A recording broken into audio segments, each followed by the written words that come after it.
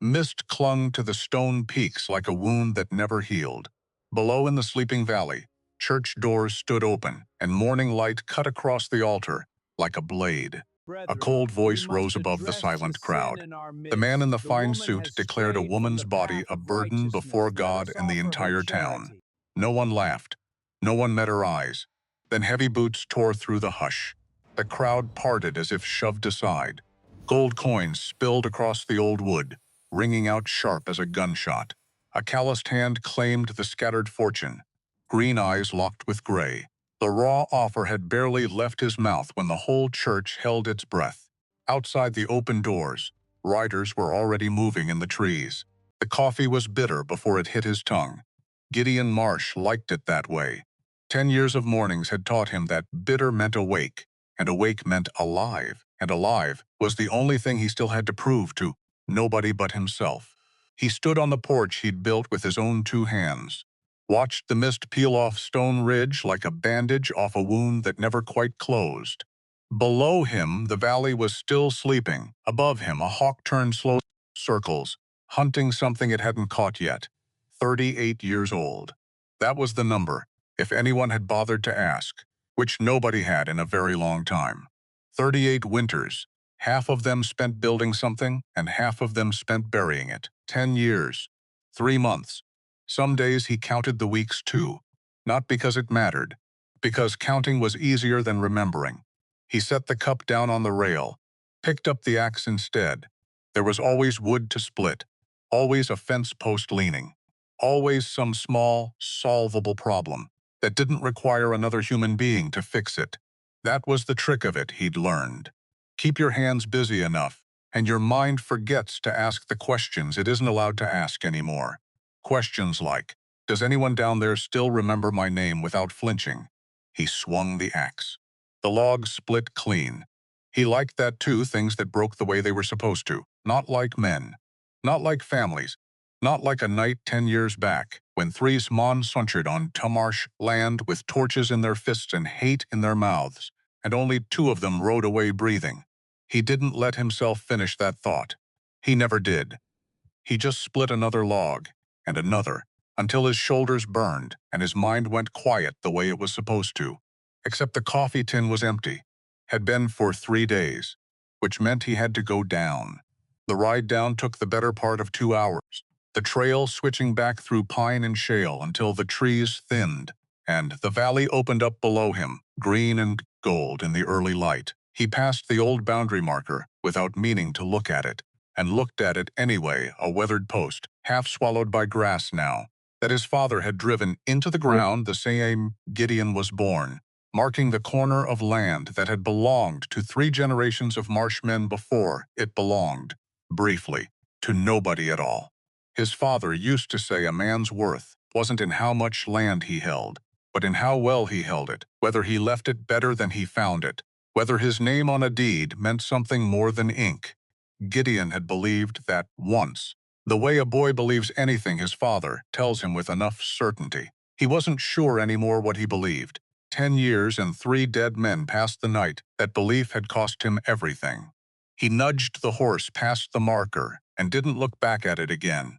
The town called it Amphimber Creek, though the creek had run brown for as long as Gideon could remember, and there wasn't much amber about it, besides the color of the dust that hung over Main Street by mid-morning. He hated coming down.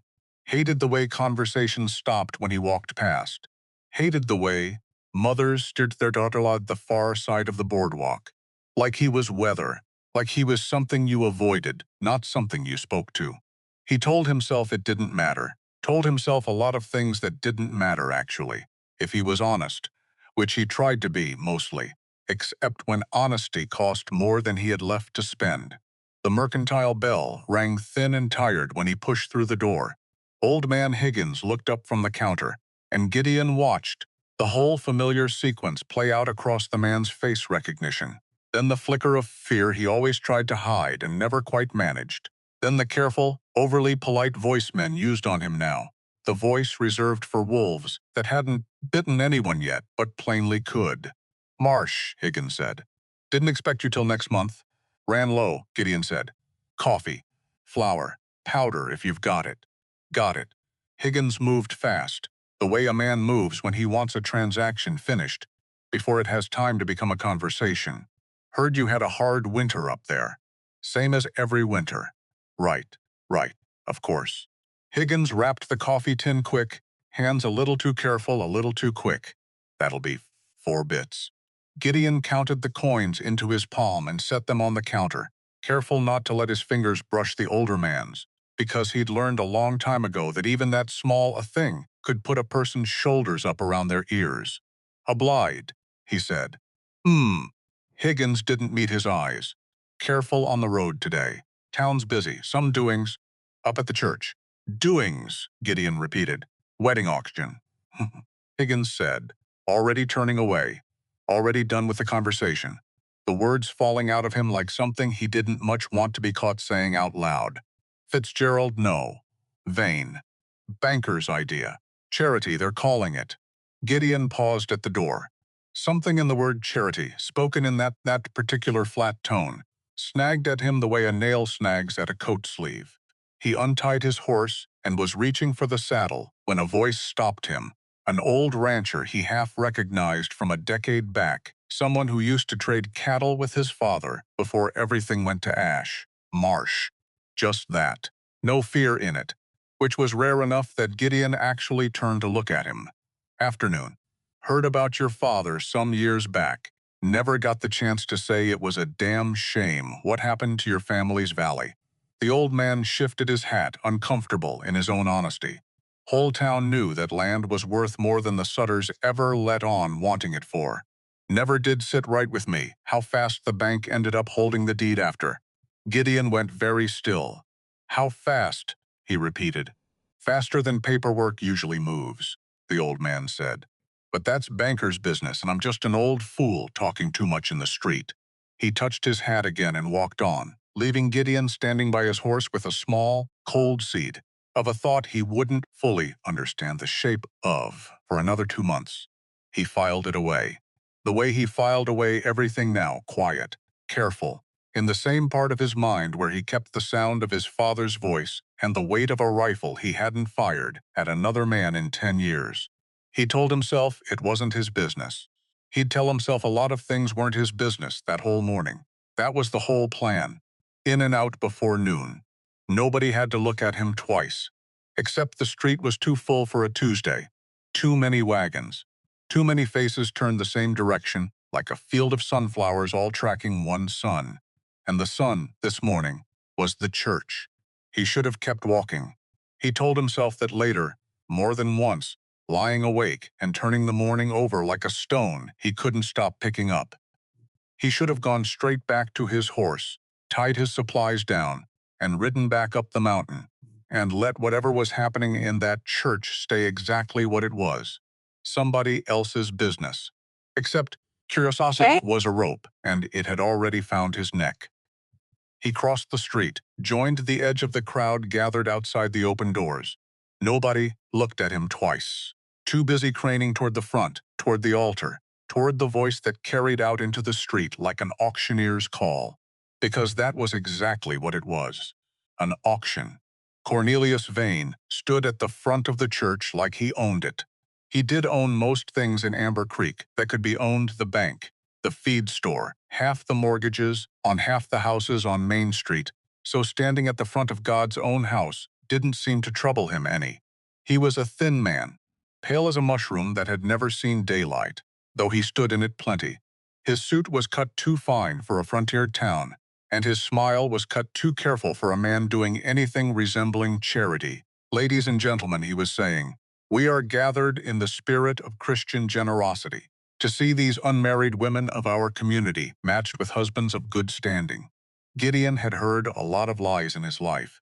He'd told a few himself, back before the mountain taught him better. But this one had a hashgo to it that made his stomach turn, before his mind even caught up to why. 3 women stood at the front, heads bowed, hands folded, like cattle waiting on a scale.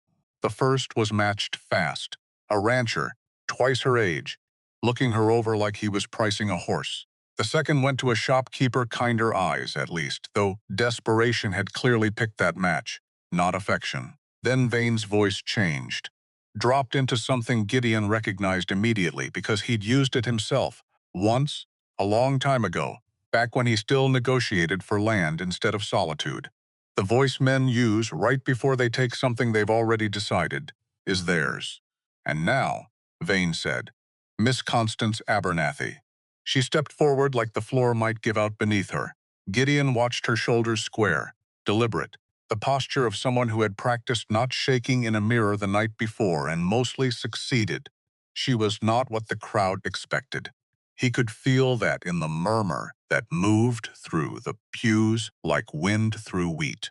Not delicate, not narrow-waisted and porcelains, like the girls at Dimes his mother used to hide under her mattress. She was built solid, round through, the shoulders, the hips, the arms. A woman shaped like she'd done real work in her life, not embroidery.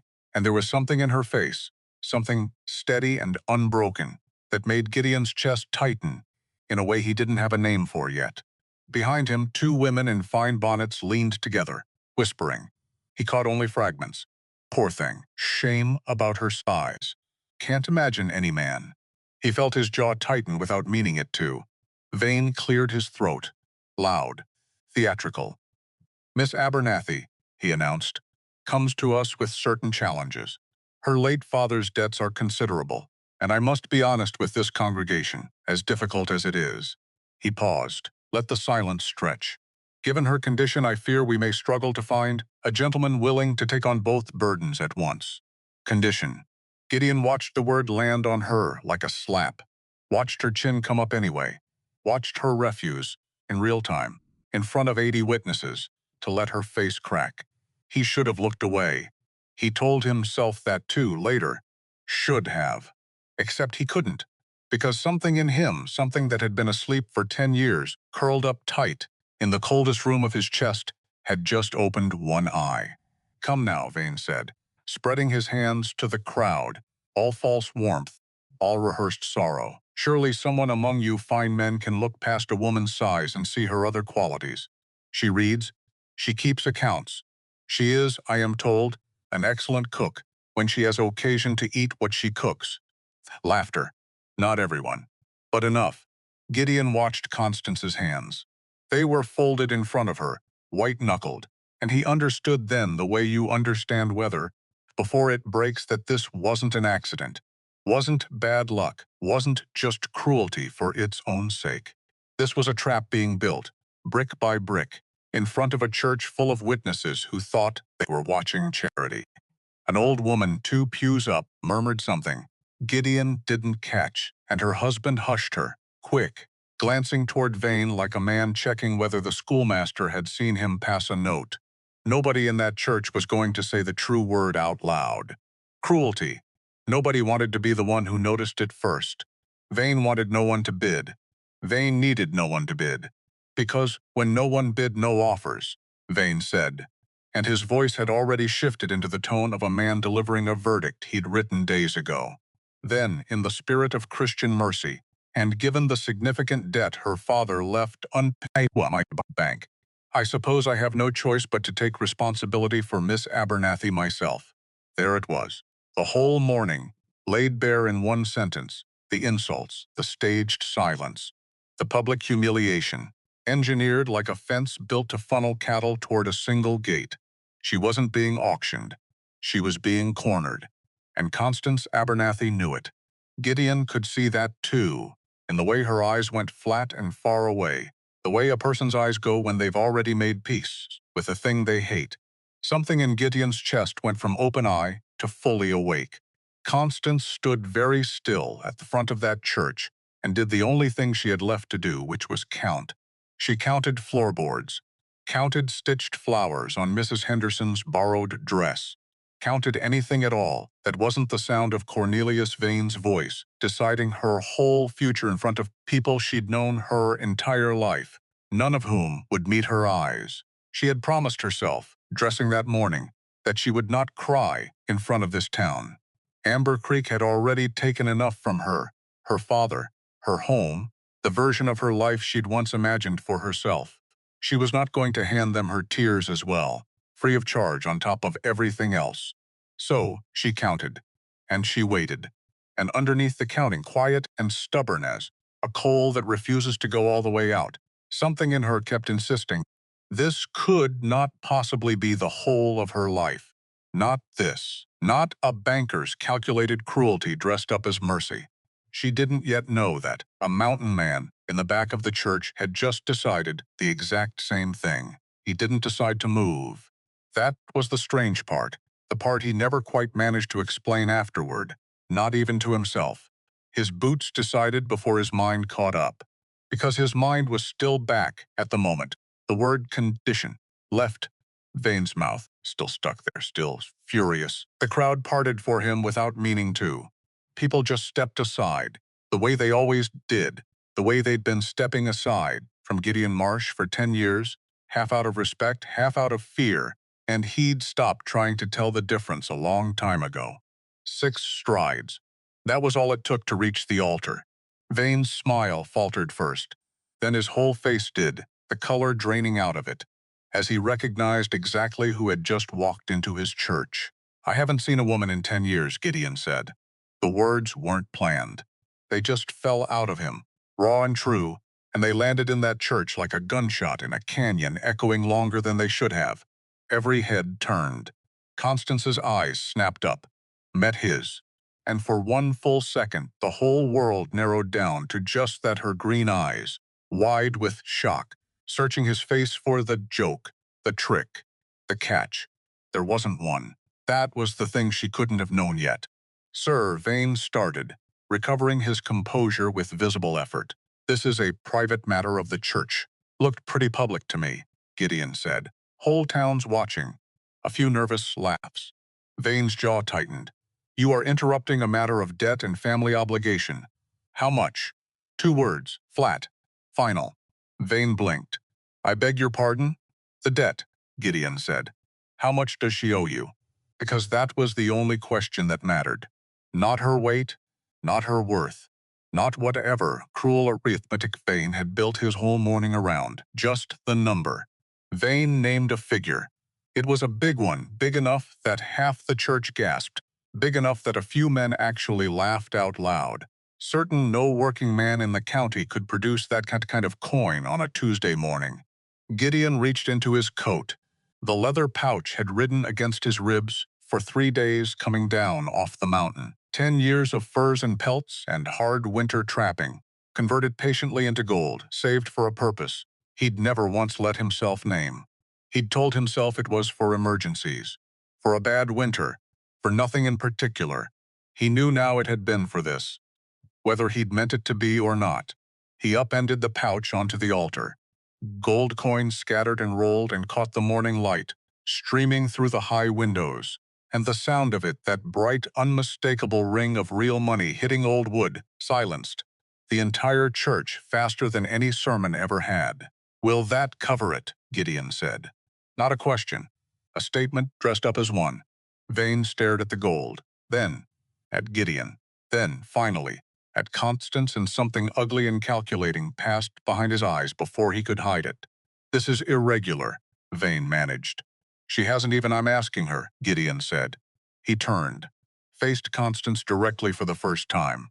Up close, she was even more striking than she'd looked from the back of the church. Fine-boned through the face, despite the fullness of her. Green eyes that held something sharp behind the fear, intelligence, maybe. Or defiance. Or both, tangled together the way they usually were, in people who'd had to fight for everything. Ma'am, he said, quieter now, just for her. I don't know you. You don't know me. I've done things in my life I'm not proud of, and this town will tell you every one of them, probably before sundown. He paused, swallowed. But I will not hurt you, and I will not let that man own you. If you'll have me, I'd be your husband. Constance stared at him. Her mind was doing something it had never done before, running in 6 directions at once and arriving nowhere. Because this was insane. Because she didn't know this man. Because everyone in 3 counties called him the Beast of Stone Ridge, whispered his name the way people whispered about wolves. Except he'd just walked into a church and called Vane's bluff in front of God and everybody. Except he hadn't looked at her body once. Not the way the rest of the room had all morning, like something to be measured, weighed, found wanting. He'd looked at her face, only her face. 29 years old, and this was the first time in longer than she could remember that a man had looked at her face first. Except the alternative standing 3 feet to her left was a man who had just tried to buy like livestock in front of the whole town, and would own not just her debt but her whole life, every day of it, for as long as he lived, which left her exactly two choices. A stranger with kind eyes and blood money nobody wanted to ask about, or Cornelius Vane, forever. Yes, she said. Her voice came out steadier than she felt. I'll marry you. Father Mackenzie, who had never in his career performed a wedding this fast, this strange or this witnessed, fumbled through the ceremony with hands that visibly shook. Vane stood off to the side, red-faced, silent, doing arithmetic Gideon couldn't yet see the shape of. Do you, Constance? Take this man. I do, she said before he'd even finished the question. And do you, Gideon Marsh, take this woman? I do. 2 words each. That was the whole of it. No flowers. No family in the pews wiping happy tears. Just gold scattered across an altar, a priest shaking hands, and 2 strangers signing their names to a piece of paper that would rewrite both their lives before the ink was even dry. By the authority given to me, Father Mackenzie said, voice cracking, I now pronounce you husband and wife. Gideon didn't kiss her the way he had planned to not kiss her, walking up that aisle. He hadn't planned anything, if he was honest. But something in him, 10 years starved of gentleness, 10 years forgetting what another person's skin even felt like reached for her anyway. The kiss was clumsy. Too much, too fast. Too much a stranger's mouth against a stranger's mouth. Constance stiff with shock, hands rising to his chest like she might push him back. She didn't push. For one heartbeat, just one, she kissed him back. The church erupted. Somewhere in the chaos, an old woman's voice rose above the rest, sharp with something that might have been delight. Well, I never. Vane's face, when Constance managed to look at him through the crowd, surging up around the altar to congratulate or gawk or simply see the spectacle up close, had gone the particular gray color of a man watching a very expensive plan come apart in real time. She didn't have room to feel triumphant yet. Mostly, she just felt the cold press of gold coins somewhere near her feet where they'd scattered, and the warm, solid weight of a stranger's hand finding hers steady, certain, like he'd been holding hands his whole life instead of avoiding them for 10 years. Outside, on the church steps, the crowd hadn't thinned. If anything, word had spread down Main Street faster than the ceremony had lasted, and now half the town stood gawking at the mountain man leading his new bride down the steps like a general leading a prisoner of war. Except Constance didn't walk like a prisoner. Gideon noticed that. She walked with her chin up, same as she had at the altar, same as she had the entire humiliating morning. Whatever else this woman was, she wasn't broken. Not yet. Maybe not ever. Vane caught them at the bottom of the steps. His composure had returned, but his eyes hadn't. They were still doing that ugly arithmetic, still trying to find the angle he'd lost. Somewhere between the auction and the altar. This isn't finished, Marsh, he said, low enough the crowd couldn't hear. You think gold settles everything. It doesn't. Funny, Gideon said. Seemed to settle it just fine a minute ago. The debt, Vane said, and something in his voice shifted. Careful now. Careful in a way that made the back of Gideon's neck prickle. There are complications. Paperwork.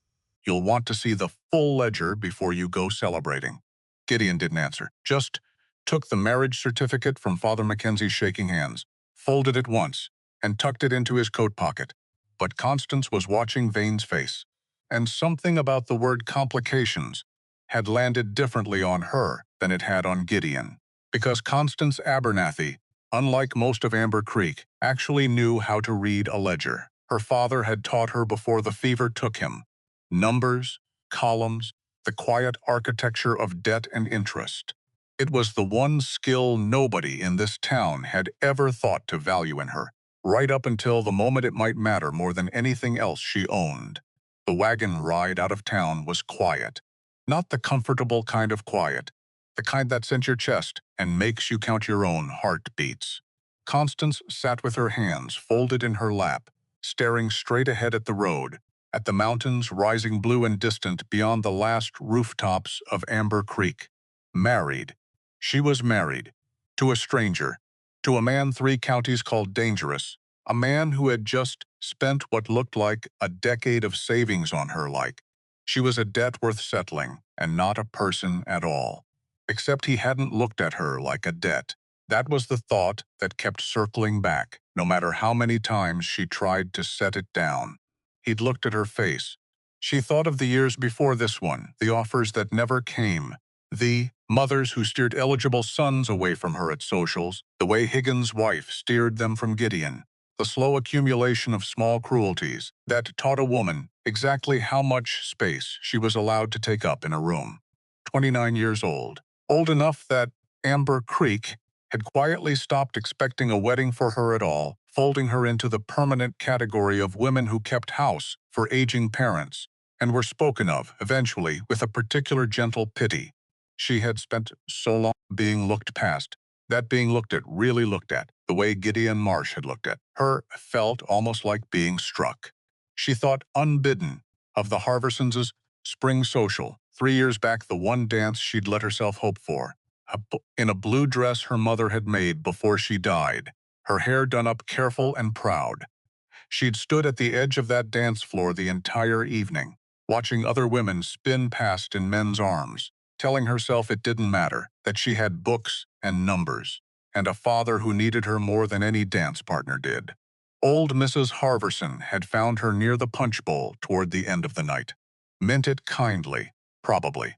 Had patted her arm and said, in the particular voice reserved for delivering bad news gently, that a woman, built the way Constance was built, ought to focus her energies on being useful rather than being chosen, that there was no shame in it. That plenty of fine women lived contented lives without a husband at all. Constance had smiled and thanked her, and gone home and cried into her pillow where nobody could see, and then never gone to another social again. She had told herself in the years since that she'd made her peace with it, that a life of ledgers and quiet usefulness was a perfectly respectable life, and wanting more than that was simply asking to be disappointed. She had gotten quite good at not wanting things. And then a stranger with blood on his reputation and gold in his coat had looked at her face across a church altar like it was the only thing in the room worth looking at. Every wall fall she'd built around her own wanting had cracked straight down the middle. "You're quiet," Gideon said finally, eyes on the road. "I'm thinking," she said, "about regretting this. About the ledger." That got his attention. He glanced sideways at her. "The ledger. You're vain." He said, "Complications, paperwork." She turned to face him, and there was something sharp in her expression now. Something that hadn't been there back at the church, back when she was still playing the part of the grateful, humiliated bride.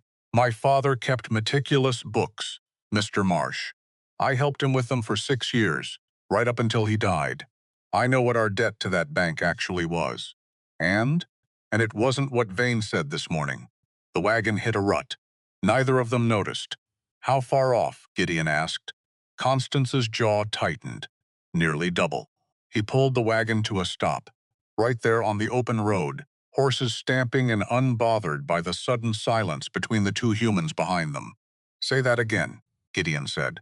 "The figure Vane announced in that church," Constance said.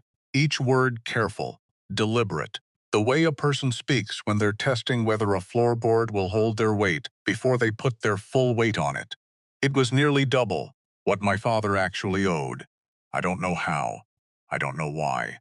But I know numbers, Mr. Marsh, and those numbers were wrong." Gideon sat with that for a moment. The mountain air moved between them, carrying pine and dust and the distant smell of rain that hadn't arrived yet. "You think he inflated it," he said, "on purpose." "I think," Constance said slowly, "that a man doesn't organize a public humiliation, time it perfectly so no honest man dares bid, and then step in as the reluctant hero, unless he already knew exactly how the morning was going to end."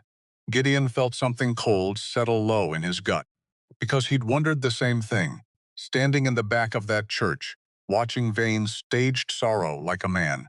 watching a card-sharp deal from the bottom of the deck. He just hadn't had the numbers to prove it. Now, apparently, he did. Or she did. Same thing. Now, we're married, he said slowly, like he was still getting used to the shape of the word in his mouth. That makes it my business, too. Constance looked at him. Really looked. For the first time since the church steps. You don't even know me, she said. No, Gideon agreed. But I know a rigged hand when I see one played. And I know I don't much care for men who cheat women out of what's rightfully theirs. Something in her face loosened, just slightly, just enough that Gideon noticed, and filed it away, the way he filed away the direction of wind or the sound of a branch that didn't belong. Then I suppose, Constance said, we have something to figure out together, Mr. Marsh. Gideon, he said, if we're married, you might as well use my name. Constance, she said. Then, almost against her will, the corner of her mouth twitched. Though I suppose it's Constance Marsh now. Suppose it is. Neither of them smiled outright, but something passed between them anyway, small, fragile, entirely unexpected. The first thread of something that hadn't existed an hour ago and now, somehow, refused to be unthought. He clicked to the horses. The wagon lurched forward, and the mountain rose up ahead of them, tall and patient, waiting to find out what it thought of the stranger Gideon Marsh was bringing home. The trail narrowed as they climbed, the town falling away behind them like something shed rather than left. Constance watched it go, the church steeple shrinking, the dust of Main Street disappearing into distance and pine. She should have been terrified. She kept waiting to be terrified, the way she'd been terrified every day since her father's coffin went into the ground. But the fear that came when it came was a different animal than she expected. Quieter, smaller, almost manageable. It's not much further, Gideon said, breaking the silence. Another hour. You built it yourself, Constance said. Not a question. She'd heard the pride buried under his voice the moment he mentioned the cabin, back at the church in the handful of words he'd allowed himself. Took 2 years to get it right, he said. A man wants a home that'll last. He doesn't rush it. Constance thought of Vane's mansion at the edge of town, grand, gleaming and built, she now suspected, on numbers that didn't add up. Built to impress, not to last. I imagine that's true of more than just cabins, she said. Gideon glanced at her. Didn't answer, but something in his jaw eased, just slightly, and Constance found herself watching the road ahead with something that wasn't quite hope yet, but wasn't dread anymore either. The cabin, when it finally rose into view through the trees, was nothing like what she'd braced herself for. She'd pictured logs chinked with mud, a dirt floor, the kind of primitive shelter men built when they had no one left to build for. Instead, she found herself looking at something solid, careful. Logs fitted so tight you couldn't have slid a knife blade between them, weathered to a silver gray that made the whole structure look like it had grown out of the mountainside instead of being built on it. Glass windows, real glass, not hide, stretched over open holes. A porch that wrapped 2 full sides of the house, angled to catch both morning and evening sun. It's beautiful, she said, and meant it, which surprised her more than saying it did. Gideon looked almost embarrassed by the compliment, which, on a man his size, with hands that had killed 3 men and built this entire homestead alone, struck her as strangely tender. Bedrooms through there, he said, helping her down from the wagon, his hands careful at her waist despite their size, despite their strength. I'll take the couch, until you're comfortable with other arrangements. Constance felt heat climb her neck. She was a married woman now, legally, completely, in ways she hadn't fully let herself absorb yet. That's considerate of you, she managed. It's decent of me, Gideon corrected quietly. There's a difference, and I intend for you to see it over time. She lingered in the doorway a moment, taking in the room properly, for the first time the handmade table, the shelf of books with cracked spines, a woman's shawl folded with peculiar care over the back of a chair that had clearly not moved in a very long time.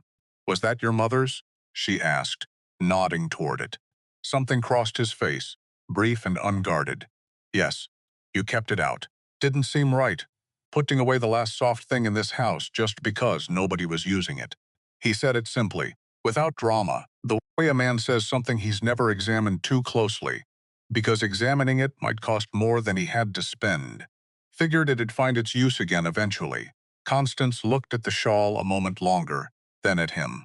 "I suppose it just did," she said quietly, and watched something in his shoulders ease, just slightly, like a held breath finally allowed to go.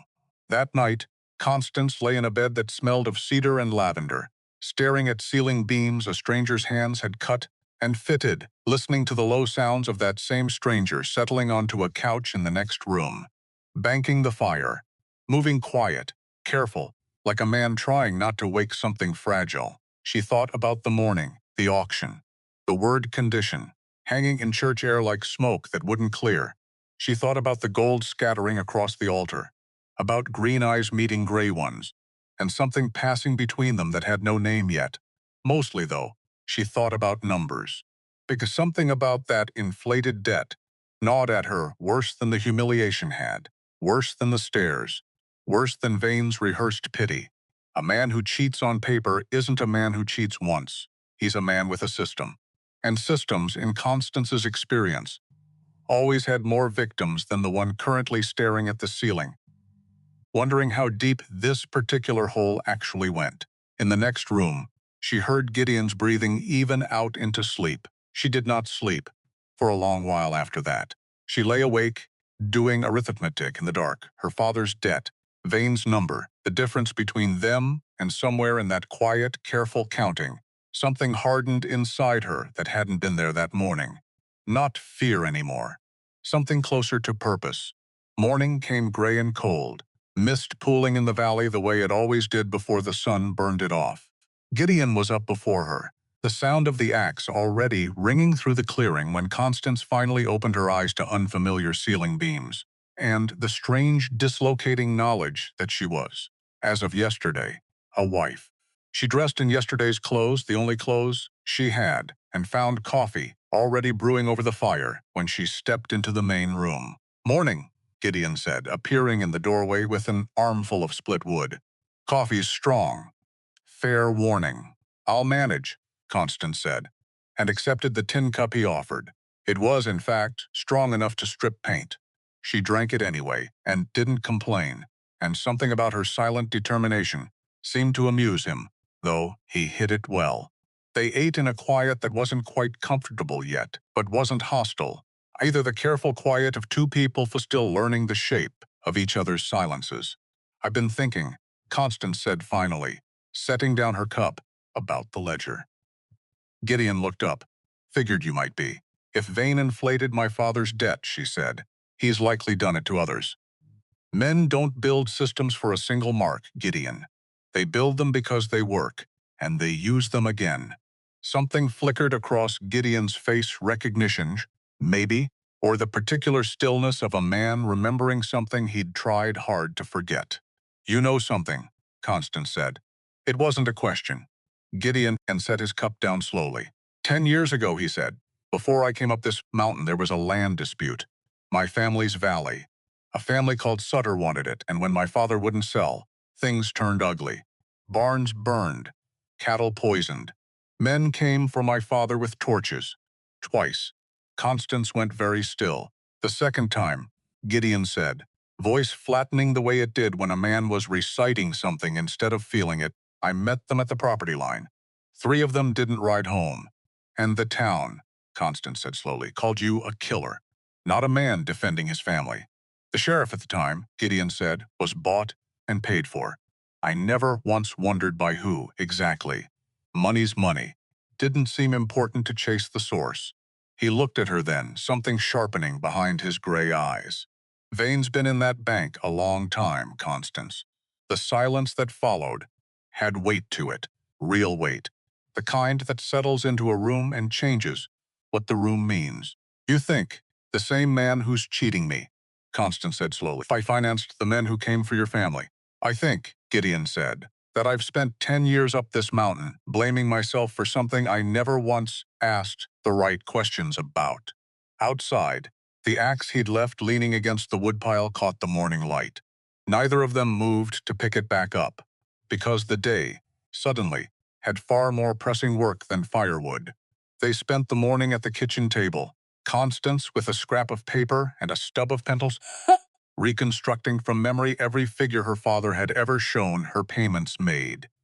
Interest charged, the slow, cruel math of a man drowning in debt he hadn't fully understood himself. "Here," she said, tapping the paper. "This is what we actually owed, as of the week before he died. And this," she wrote a second number beside it. "Larger, uglier is what Vane announced in that church yesterday morning." Gideon studied the gap between the two figures like a man studying a wound to see how deep it ran. "That's not a mistake," he said. "No," Constance agreed. "That's a design. Which means," Gideon said slowly, "if we go asking questions in town, we're not just asking about your father's debt anymore." "No," Constance said. "We're asking about every family in Amber Creek who's ever owed that man money." Gideon looked at her for a long moment. There was something in his face she hadn't seen from him yet, not the wariness of the church, not the careful gentleness of the wagon ride, but something harder, something that had been asleep on this mountain for 10 years, and had just this morning been handed a reason to wake all the way up. "Careful, Constance," he said quietly. "Men like Vane don't lose gracefully. And now that you're my wife, whatever comes for him, comes for us both," she finished. "I understand that." "Do you?" he asked. "Really?" She met his eyes across the table, steady, unflinching, the same way she'd met the whole church's stairs the morning before. "Mr. Marsh," she said, "yesterday morning, I stood in front of 80 people while a man announced my body as a flaw in front of God himself. I have already survived the worst thing this town knows how to do to a woman. I am not afraid of a ledger." Something shifted in Gideon's expression. Not quite a smile, something steadier than that. "No," he said. "I don't suppose you are." He reached across the table. Didn't take her hand, not quite, just let his fingers rest near hers, close enough that the offer was clear, far enough that the choice was still entirely hers. Constance looked at that hand, at the scars across the knuckles, the calluses built from 10 years of solitary survival. She covered it with her own. Neither of them let go for a long moment. Outside, a jay scolded something in the pines, sharp and indignant, and somewhere, down the slope, a branch cracked under snow that hadn't finished melting. Ordinary mountain sounds, going on the way they always had, indifferent to the fact that two strangers at a kitchen table had just quietly decided to become allies instead of accidents. "We'll need more coffee," Gideon said finally, breaking the moment before either of them had to name it. "If we're going to be up till all hours doing sums." "I don't suppose you have more than the one strong kind," Constance said. "Man only ever learns one way to make coffee, Constance. Same as he only ever learns one way to keep a promise." He stood, collecting the cups. "But I intend to keep this one." She believed him.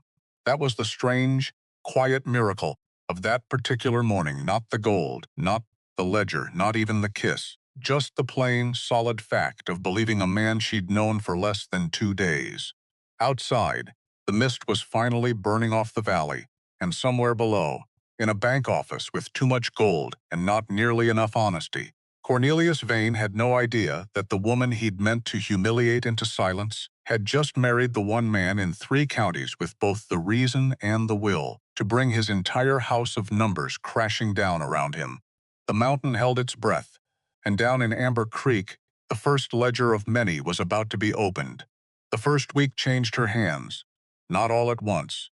A blister first, at the base of her thumb, right where the rifle stock sat when Gideon showed her how to hold it steady. Then a callus over the blister, hard and unfamiliar.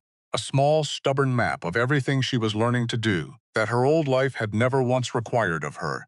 Her city boots sat abandoned in a corner of the bedroom, replaced by a pair of elk-hide moccasins. Gideon had cut and stitched himself one evening by firelight, molded now to the shape of her feet like they'd always belonged there. Because that was the strange thing about this mountain. It didn't ask her to be smaller. It didn't care about her size, her softness, the roundness. Vane had stood in a church and called a condition. It only asked if she could carry water, if she could keep a fire alive through a cold night. If she could learn, she could, she did. Again, Gideon said, standing behind her at the edge of the clearing, his hands steady near hers on the rifle.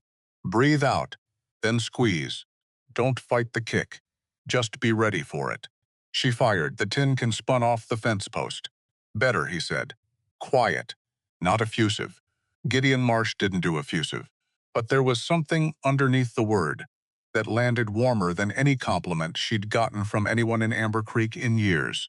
I used to play piano, she said, lowering the rifle. French, watercolors, all the things a proper young lady learns so she can catch a proper husband. And now I can hit a tin can from 30 paces. She looked at him sideways. I think I prefer this. Something that might have been a smile pulled at the corner of his mouth. Might have been. With Gideon, you had to watch closely to catch it before it disappeared again. The second week taught her fire. Not just how to light one. Any fool could light a fire. Gideon taught her how to read one, how to tell, by the color and the crack of it, whether a log was too green or too dry, whether the wind meant she needed to bank it early or let it run hot through the evening. You're thinking too hard, he said, watching her frown at the hearth like it owed her an explanation. Fire's not arithmetic, Constance. It doesn't care how carefully you calculate it. It just wants tending. Everything I've ever loved, she said, wanted tending and got numbers instead. The words came out before she'd decided to say them, quieter and more honest than she'd meant. Gideon didn't answer right away. Just crouched beside her, added a smaller piece of kindling, exactly where she'd been, about to add a larger one, and let the fire catch clean. Your father, he said. Not quite a question. He loved me, Constance said. He just didn't know how to love me and manage a bank account at the same time. I don't think many men do. She watched the flame climb. I used to think that made him weak. I don't think that anymore. I think it just made him tired. Gideon was quiet a long moment. My father built fences that outlasted him, he said finally. Kept everything in its right place, except the one thing he couldn't fence off. That came for him anyway. Neither of them said anything else for a while. The fire didn't need it. It just burned, tended right, exactly the way it was supposed to. It was Constance who found the quilt tucked into a cedar chest at the foot of the bed one afternoon, while airing out the linens. Work Gideon had assured her didn't need doing, and she'd insisted on doing anyway, because idle hands made her nervous, and nervous hands made her think too much about ledgers. It was extraordinary, a pattern of interlocking rings, worked in blues and gold so precise. The whole thing seemed to hold its own light. Every stitch, every seam so careful it was hard to believe human hands had made it and not something more exacting. My mother's, Gideon said from the doorway, and Constance, startled, caught out admiring something that plainly wasn't hers to admire without asking. Made it the winter before she married my father. Told me once a quilt's just a lot of scraps that don't amount to much on their own. Put together right, patient enough, they turn into something that outlasts the both of you. Constance ran her fingers over the stitching, thinking of her own life in Scrap's piano lessons that led nowhere, a father's debts, a town's cruelty, a stranger's gold on an altar.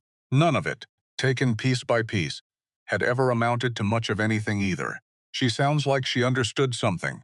Most people don't, Constance said. She did. Gideon crossed the room, sat on the edge of the bed beside her, careful the way he was careful about most things that mattered. Died when I was 25. Fever took her the same winter it took half the livestock.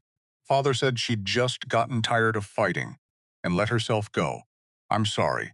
Long time ago now. He looked at the quilt, not at her. I think she'd have liked you, though. She didn't suffer fools, and she didn't much care for people who mistook size or softness for weakness. You'd have gotten along. Constance felt something in her chest go warm and unsteady at that this dead woman's careful approval, offered secondhand through a son who so plainly still missed her. I'll try to be worthy of the quilt at least, she said, folding it carefully back into the chest. You already are, Gideon said simply, and left before she could find an answer for that either. Except the mornings weren't only rifles and fire and coffee. Because at night, after the fire was banked and the cabin had gone dark and quiet, Constance sat at the kitchen table, with a stub of pencil and her father's numbers, and something in her chest tightened every single time. She'd started small, just her own father's debt, laid out plain, compared against what Vane had announced in that church. But small didn't stay small. Not once she started pulling threads. Because Amber Creek was a town of families who owed the bank money. And every family she quietly asked about, through careful, harmless-sounding questions to the one or two townsfolk who still spoke to her kindly. When Gideon rode down for supplies, every single one of them told a version of the same story. A debt that grew faster than it should have. A payment that mysteriously didn't count. A foreclosure that came sudden and final and always benefited the bank in the exact same way. "It's not just us," she said one night, not looking up from the paper. "Gideon, it's not just us." He set down the knife he'd been sharpening. "How many?" "I've counted 6 so far. 6 that I can prove anyway. The Millers, the Dohertys, old Tobias Reed, who lost his whole spread 2 winters back. And nobody thought twice about it, because everyone just assumed he'd gambled it away. Had he? I don't think so anymore." She finally looked up. "I think Vane's been doing this for years, Gideon." Quietly. One family at a time. Nobody notices a pattern when it only ever happens to one person at once. Gideon's jaw was tight. "And all that land," he said slowly, "goes where exactly?" Once the bank forecloses? Constance flipped back a page. Tapped a column of small, careful handwriting. "Vane," she said every time. Not the bank. Him, personally. The fire popped in the silence that followed. Outside, wind moved through the pines. And for a long moment, neither of them said anything at all, because the size of what they were looking at had just grown considerably larger than one woman's marriage of convenience. There was an evening, somewhere in the middle of that second week, that Constance would return to often in the months that followed. Turning it over the way a person turns, over a smooth stone found on a riverbank, not because anything dramatic happened, but because it was the evening she first understood what this marriage might actually become. Gideon had gone quiet after supper, working a piece of pine into something with his knife, small careful shavings curling onto the floor by his boot. Constance sat across from him with her father's ledger closed for once, just watching his hands. "What are you making?" she asked. "Not sure yet." He turned the wood, considered it. "Started out as a spoon. Might end up something else. That's not much of a plan. Wood tells you what it wants to be, you let it," he said. "Man who forces the shape before the wood's ready just ends up with kindling." Constance thought about that longer than the comment probably deserved. About the shape she'd spent 29 years being forced into proper, small apologetic for the space she took, and the shape she seemed to be finding.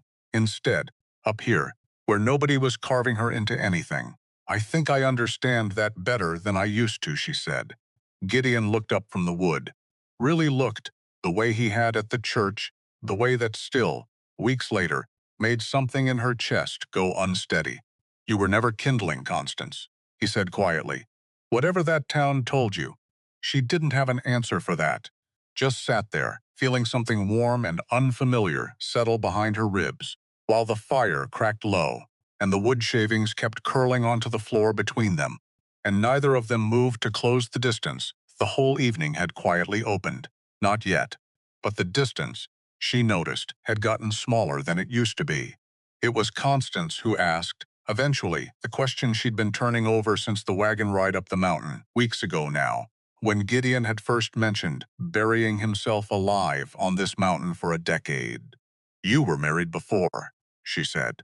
Not quite a question. "Weren't you?" Gideon's hands stilled on the whetstone. For a moment she thought he wouldn't answer at all, and she almost told him he didn't have to. "Her name was Abigail," he said finally. "We married young. Before any of it, the Sutters, the fire, any of it."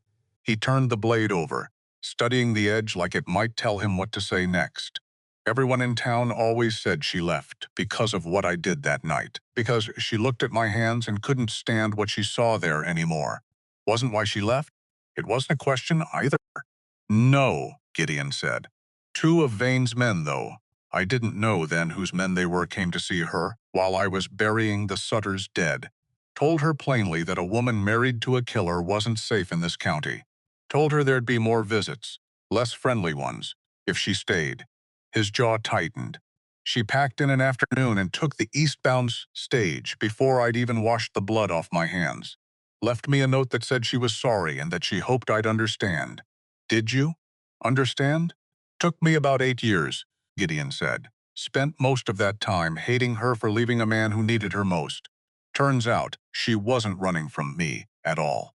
She was running from a threat I never even knew existed, made by a man I never once suspected until a month ago. He set the whetstone down. I wrote to her after Elias came. Found an address through an old friend of her family's. Told her what we'd found. Constance felt something in her chest go very still. What did she say? Nothing yet. Might not ever hear back. But I needed her to know it wasn't her fault, whatever she believes about the rest of it. He looked up, and something in his gray eyes had gone raw in a way she hadn't seen from him before, not even at the altar. I spent 10 years thinking I drove away everyone who ever tried to love me. Turns out I didn't drive anybody away at all. A banker did. Same as he's apparently been doing to half this county for longer than either of us knew to ask. Constance reached across the space between them and took his hand, the way she'd started doing, without quite deciding to, and he let her, the way he'd started letting her, without quite deciding to either. For what it's worth, she said quietly, I don't think you drove me away either, whatever this town believes. No, Gideon agreed, something almost like a smile pulling at his mouth. You're considerably harder to drive off than most. I'll take that as a compliment. Best take it as one. Not sure I've got a better one in me this early in the morning. In exchange for the snares she hadn't yet learned to set, Constance decided, later that same week, Gideon owed her a lesson of her own. I don't need French, he said. When she proposed it one evening, only half joking. Everyone needs a little French, Gideon. It's useful for insulting people who don't know you're doing it. That got his attention. Go on, then. She taught him 3 phrases that evening. One for good morning, one for thank you, and one, at his insistence, for something considerably less polite that she'd learned from a boarding school classmate, and never once had occasion to use. He butchered all 3 magnificently, his accent built entirely out of a decade, spent talking mostly to horses and the occasional startled elk. And Constance laughed harder than she had, in longer than she could easily remember, the sound surprising her nearly as much as it seemed to surprise him. You've got a terrible ear, she told him, wiping her eyes. Never claimed otherwise. Try again. Softer on the middle part. He tried again. It was, if possible, worse. I'm going to keep trying, he said, entirely serious, despite the disaster of his pronunciation, until I get it right. Why? Because you lit up like a lamp the first time you said it properly, Gideon said. Simply like it was the most obvious reason in the world, and I find I'd like to see that a few more times before I die. Constance didn't have an answer for that. Just sat there a moment, feeling the particular warmth of being wanted, not for anything she could produce or provide, but simply for the sound of her own laughter, until the fire popped and the moment passed and she reached for the ledger again because some habits, even happy ones, were hard to set down entirely. But she noticed, that night, that she'd gone nearly 2 hours without once thinking about numbers, and she noticed, too, that she didn't mind. The wanted poster came the following week. Constance was hanging laundry between 2 pines when she saw Gideon coming up the trail, his face set in lines she hadn't seen on him before. Not anger exactly. Something colder. What is it? She said. Though some part of her already knew she wouldn't like the answer. He handed it over without a word. Her own face stared back at her from a crude ink sketch, not a flattering likeness, but recognizable enough. Beneath it, in bold black letters, missing Constance Abernathy. Last seen, in company of dangerous fugitive Gideon Marsh. Reward offered. Fugitive, she said. Is that what you are now? Apparently. Gideon's voice was flat. Vane's got Deputy Pruitt convinced I kidnapped you. Word's out through half the county by now. Constance stared at the paper, at her own crude, frightened face staring back, and underneath the fear that immediately rose in her chest, something else rose too. Something sharper. "He's not trying to rescue me," she said slowly. "He's trying to silence us, before we can prove what he's done." "That thought crossed my mind too," Gideon said. She looked up at him. "So what do we do?" Gideon's eyes went to the trail behind him, distant, calculating. The eyes of a man who had defended this exact clearing once before and hadn't forgotten a single detail of how. "We get ready," he said. They didn't have to wait long. A few mornings later, Gideon stood at the edge of the clearing with his spyglass, watching three riders pick their way carefully up the lower trail. Careful, spread out, men who knew their business, even dressed as ordinary as they were trying to look. "Deputy Pruitt," Gideon said, collapsing the glass, "and two others I don't recognize. Hired men, probably." Constance's stomach dropped straight through the floorboards. "They're coming here." "They're coming to ask questions first," Gideon said. "That's how they always start." Because that was the thing about men like Pruitt. They liked to pretend the badge made them righteous, even when the money behind the badge came from somewhere considerably less clean. They moved fast after that. Constance loaded both rifles, with hands that only shook a little. Gideon dragged the laundry line down, hid every sign that two people lived here instead of one, made the whole clearing look abandoned in under 10 minutes flat. "Remember what we practiced," he said, taking his position at the front window. "Let me talk first. Don't shoot unless I give you a reason to. And if you don't give me a reason fast enough, then you'll know it, Constance. Trust me on that." She did. That was the strange part, the part she hadn't expected weeks ago. Standing frightened in a borrowed wedding dress, she trusted this man with her life now. Completely, without having to think twice about it. Pruitt's voice carried up the trail before his horse did. "Hello, the house. We're looking for information about a missing woman. Family's worried sick." Gideon didn't answer, just watched through the crack in the shutters as three men led their horses up the last steep stretch of trail, spreading out the way men do when they've done this kind of work before, and know better than to bunch together. "We know someone's up here," Pruitt called. "Closer now. Saw smoke from the chimney. Just want to talk. Make sure the lady's all right." "That's close enough," Gideon called back, his voice carrying the flat authority of a man used to being obeyed on his own land. Pruitt stopped, but Constance, watching from her window, saw one of the other two men keep moving, angling wide, trying to work around toward the side of the cabin, where the shutters didn't quite meet, because that was the part Pruitt didn't say out loud, that this wasn't really a rescue mission. It was a search for evidence. Evidence vain, needed silenced before it ever reached a judge. "Show me a warrant," Gideon said. Pruitt's laugh had no humor in it. "Don't need one to ask questions, friend. You do to search my property." "Your property." Pruitt's voice sharpened. "Word is this land's disputed, Marsh. Word is a lot of things about you, come to think of it." Constance felt her pulse climb into her throat, because there it was, the first thread pulling loose. Vane wasn't just after her silence anymore. He was after the land itself. "Second man still moving," she said low, not taking her eyes off the window. "He's almost to the side wall." "I see him," Gideon said. Didn't move his rifle an inch. Just raised his voice again, calm as still water. "Last warning. Man on my east wall, step back into the open, or I stop being polite about asking." A pause. Then, slow, the second man reappeared from around the corner, hands lifted just slightly, more caution than surrender. "Just having a look, Marsh," he called. No harm meant. "Funny way of showing it," Gideon said. Constance's hands were slick on the rifle stock, because this was different from tin cans on a fence post. Because tin cans didn't fire back, didn't have badges, didn't have a banker's gold sitting warm in their pockets, making them bold. She thought of the auction, of standing at that altar with 80 pairs of eyes on her, and how she'd survived that by refusing to let her voice shake. This wasn't so different, she told herself.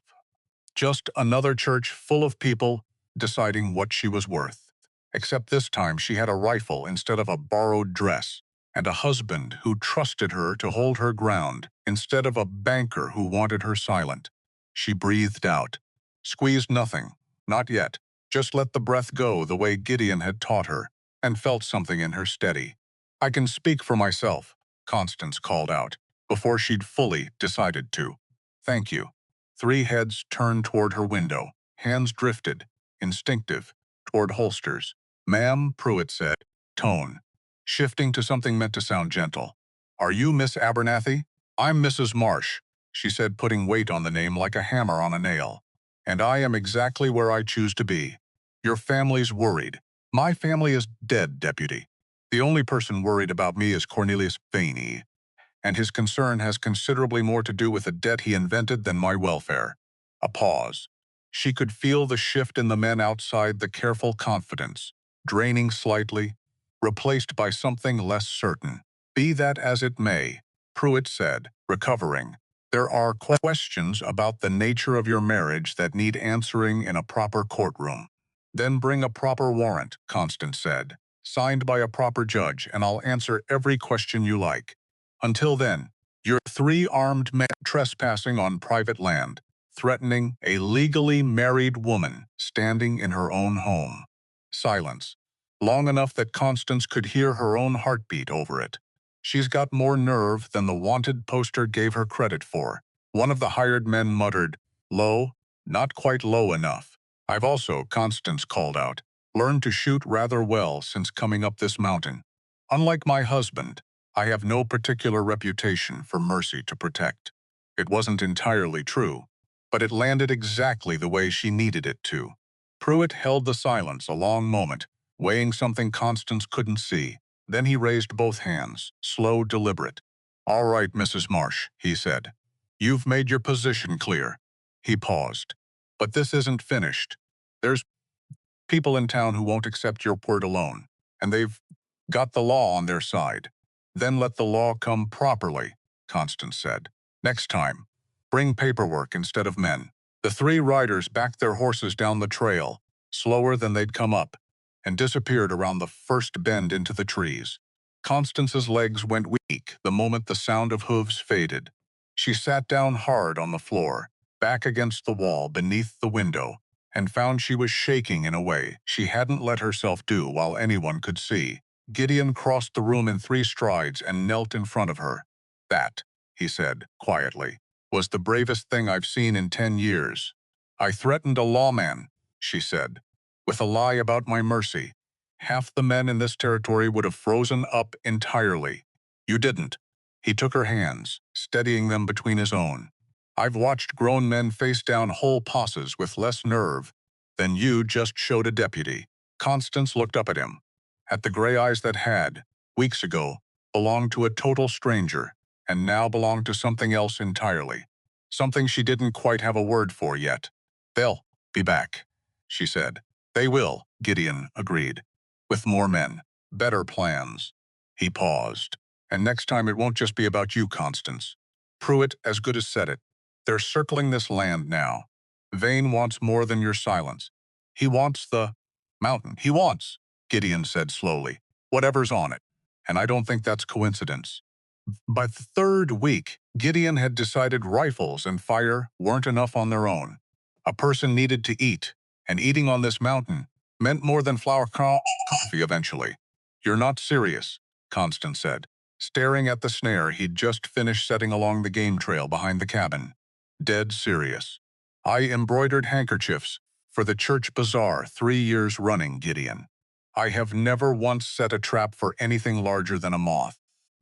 Different kind of stitching, he said, straightening up. Same principle, though. Patience. Precision. Doesn't work if you rush it.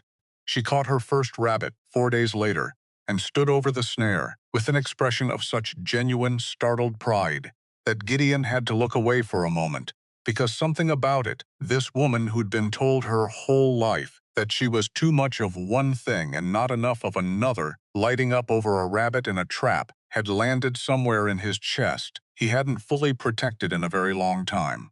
I did it, she said, unnecessarily, since he was standing right there. You did. I actually did it. Constance. What? You can stop saying it now, I believe you. But she didn't stop smiling about it for the rest of the afternoon, and Gideon found he didn't much mind watching her not stop. That evening, over rabbit stew that was, by mutual and diplomatic agreement, declared better than either of their first attempts at biscuits had been. Constance set down her spoon, and looked at him with the particular directness that had become, in 3 short weeks, entirely familiar to him. "I used to think," she said, "that a woman's worth was measured in what she could produce for a house. Fine psalm sewing, a proper table, children, eventually, if she was fortunate enough to be chosen at all." She turned her spoon over, considering it. "I don't think I believe that anymore either. I think it might just be measured in whether she can catch her own supper when she has to." By that measure, Gideon said, "You're doing considerably better than most men I've known." "Is that so?" "Half the men in Amber Creek couldn't set a snare to save their own hide. Never had to learn. Always had someone else doing the catching for them." That night, neither of them slept much. Constance lay awake in the dark, listening to Gideon moving in the next room, not settling, not sleeping, just pacing, slow and deliberate, the way a man paces when a thought won't let go of him. She got up eventually, found him standing at the cold hearth, staring at nothing, a folded paper in his hand she didn't recognize. "What's that?" she asked. He didn't answer right away, just held it out. It was old, creased soft from years of folding and unfolding. A land survey, realized, squinting in the low-light boundary lines, a stream marked in faded ink, a signature at the bottom she didn't recognize. "My father's," Gideon said finally. "The original claim, before the Sutters ever came asking to buy it." "Why are you looking at it now?" Gideon turned the paper over. On the back, barely visible, was a second signature, a witness mark, from the original filing. "Seavane," it read. "Notary."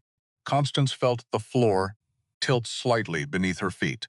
"He notarized your father's claim," she said slowly. 10 years before any of this. Before the Sutters. Before the feud. Before everything," Gideon said, and his voice had gone somewhere far away, somewhere cold, which means he knew exactly what that valley was worth. Long before the Sutters ever rode onto it with torches. Because that was the thought neither of them could put down, once it had surfaced. Because if Vane had notarized the original claim, he'd known the boundaries, known the water rights, known, better than almost anyone in the county, exactly what made marshland worth fighting over. Which meant the Sutter feud, the fire, the poisoned cattle, the night that had cost 3 men their lives. And Gideon, his entire former life, hadn't started with the Sutters at all. "You think he pushed them," Constance said quietly. "The Sutters. You think he's the reason they came for your father in the first place?"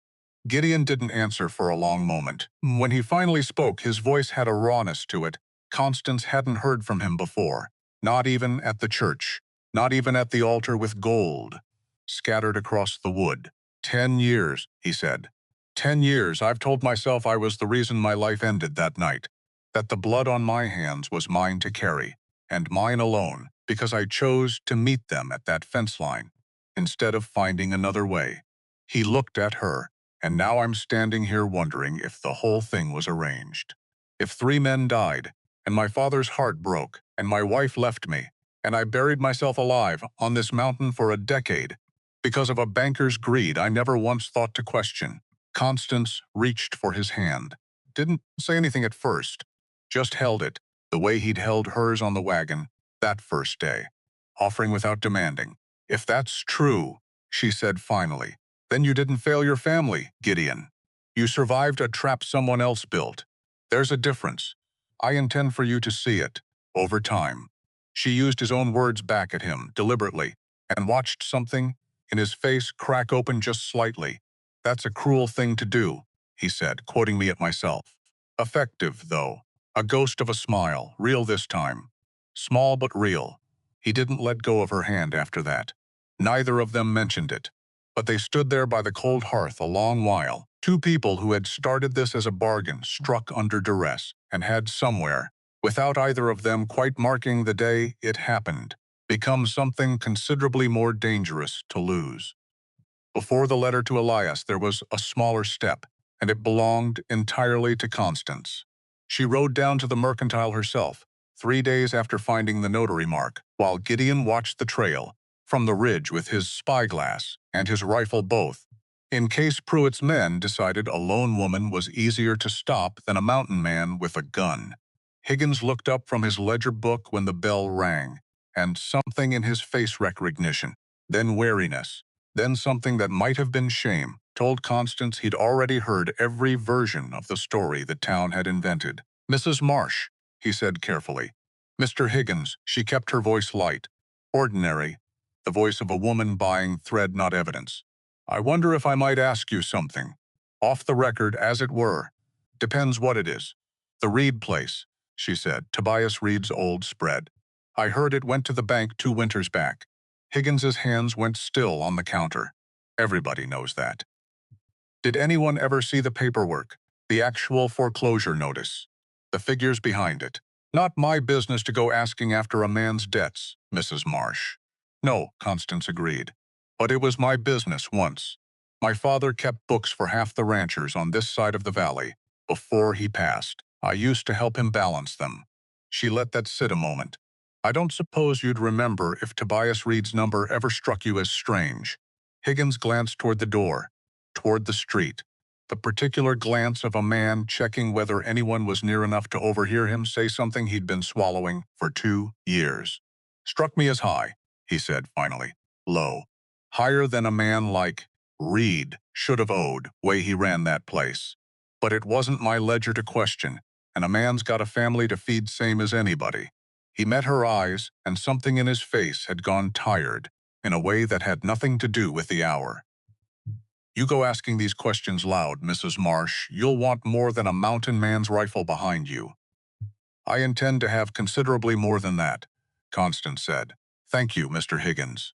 She left with her thread and her flower, and one more name written in the margin of her father's ledger, and rode back up the mountain with the particular grim satisfaction of a woman watching a wall come down one brick at a time. They spent the next several days in a strange, taut rhythm, half preparing for another siege, half piecing together a puzzle that kept growing larger every time they looked at it directly. Constance wrote to Elias Crabb.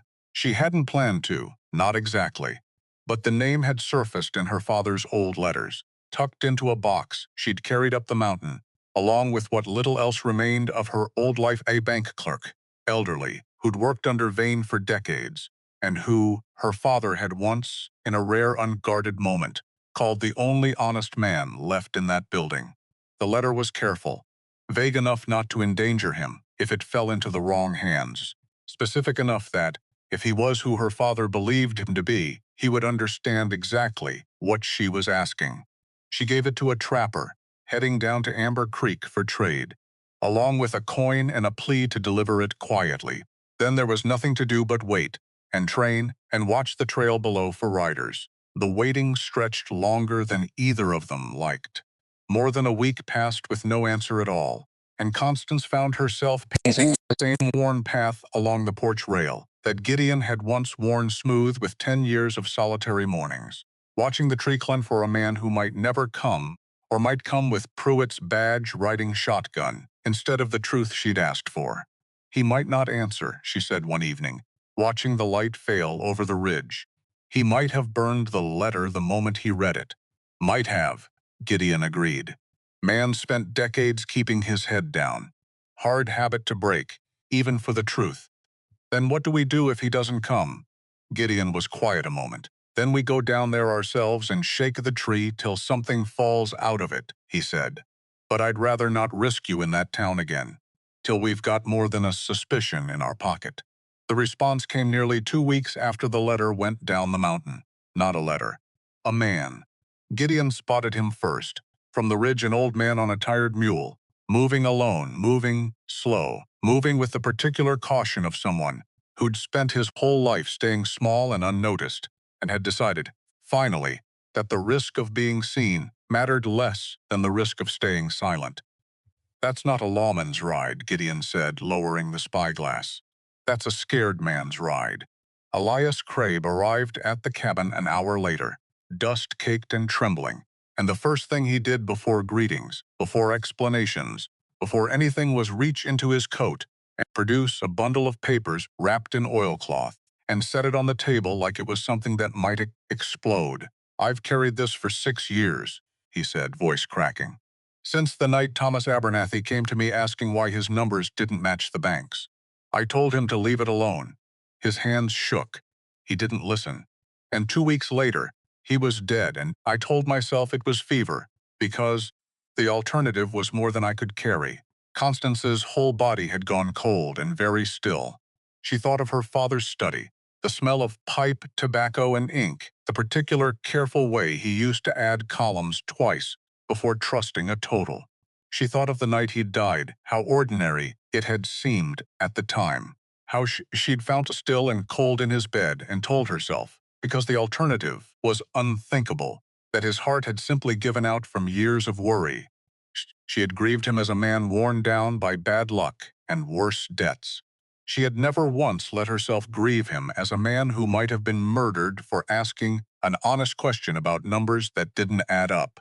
"You think Vane killed my father," she said. It wasn't quite a question. "I think," Elias said, unwrapping the oilcloth with trembling fingers, "that your father found exactly what you found. And I think a man who's willing to falsify one ledger to steal one valley is not a man who stops at falsifying ledgers." He spread the papers across the table, years of records, dozens of names. At the bottom of the third page, in Vane's own careful hand, was a notation dated 10 years back, a payment, recorded not to a bank account, but to a name Constance recognized immediately, because Gideon had spoken it only weeks before, with 10 years of grief wrapped around every syllable. J. Sutter. The room went very quiet. "He paid them," Gideon said, staring at the page like it might rearrange itself into something less true if he looked hard enough. "He paid the Sutters to come from my father's land." "I believe so," Elias said quietly. "I believe he's been doing this for a very long time, Mr. Marsh. Buying feuds the way other men buy horses. It's cheaper than a fair price, and considerably more profitable, when the dust settles and the land reverts to the bank." Now she had to grieve her father twice, once for the man she'd lost, and once more, freshly, for the father who hadn't simply faded away under the weight of misfortunes, but had been deliberately, calculatedly silenced by a man who valued a valley's worth of land more than a good man's life. She found to her own surprise that the second grief came with less sorrow in it than the first, and considerably more fire. "I want to see him answer for it," she said quietly. "Not just for the debt, not just for the auction. For my father, in a courtroom in front of the whole county, where everyone who ever called him a generous man has to watch exactly what generosity bought him." "Why now?" Constance asked. "You carried this for 6 years, Mr. Crabbe. Why come forward now, and not before?" Elias's hands had finally stopped shaking, but something in his face hadn't. "Because 6 years ago, it was only your father's ruin on my conscience," he said. "I told myself one man's grief wasn't worth my family's safety. I have a daughter, Mrs. Marsh, Sarah.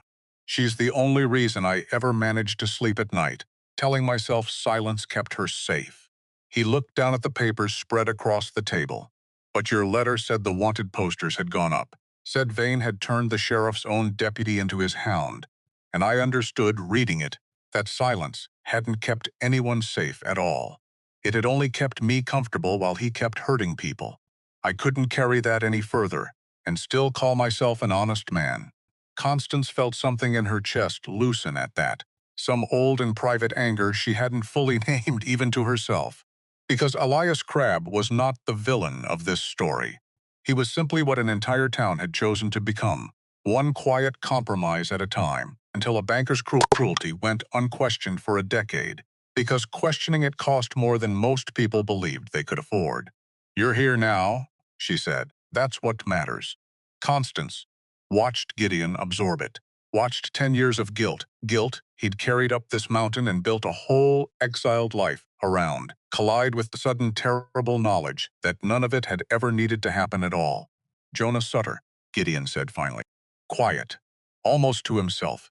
"He lost his father and 2 brothers that night. He spent 10 years hunting me because he thinks I murdered his family for a piece of land. He doesn't know," Constance said slowly, understanding arriving in real time. "He doesn't know Vane paid them to come. He's been carrying the same lie you have, just from the other direction." Gideon looked up at her, and for the first time since she'd met him, since the church, since the wagon, since the wanted poster and the siege, and every careful wall he'd built around himself for a decade, she saw something in his face that wasn't guarded at all. Grief, raw and unguarded and finally aimed at the right target. Two men, he said, torn apart by the same lie, for 10 years, while the man who built the lie got richer every single season. Then we end it, Constance said. Not just for us, not just for my father. She looked at Elias, at the papers spread across the table, at the years of names and stolen land laid bare in careful banker's ink. For every family whose name is on this table. Elias stayed the night, too exhausted, and too frightened to make the ride back down alone. Constance gave up her side of the bed without being asked, took the couch instead, and lay awake listening to the old man's ragged breathing settle in the next room. She thought, listening to him breathe, of how much courage it must have taken an old, frightened man to climb onto a tired mule and ride toward the one mountain in the county everyone else was too afraid to approach. 6 years of silence, carried alone, and then a letter from a stranger had been enough to finally set it down. She wondered how many other Elias Crabs there were scattered through Amber Creek, quiet, decent people who'd made their peace with looking away, because looking straight at it had always seemed too expensive. She wondered how many of them might finally look, now, if given half a reason to. Gideon found her there near midnight, sitting by the cold hearth, staring at nothing in particular. Can't sleep either, he said. Not a question. Too many names on that table, she said. I keep thinking about my father, sitting across from Vane, trusting a system that was rigged against him from the very first entry. She looked up.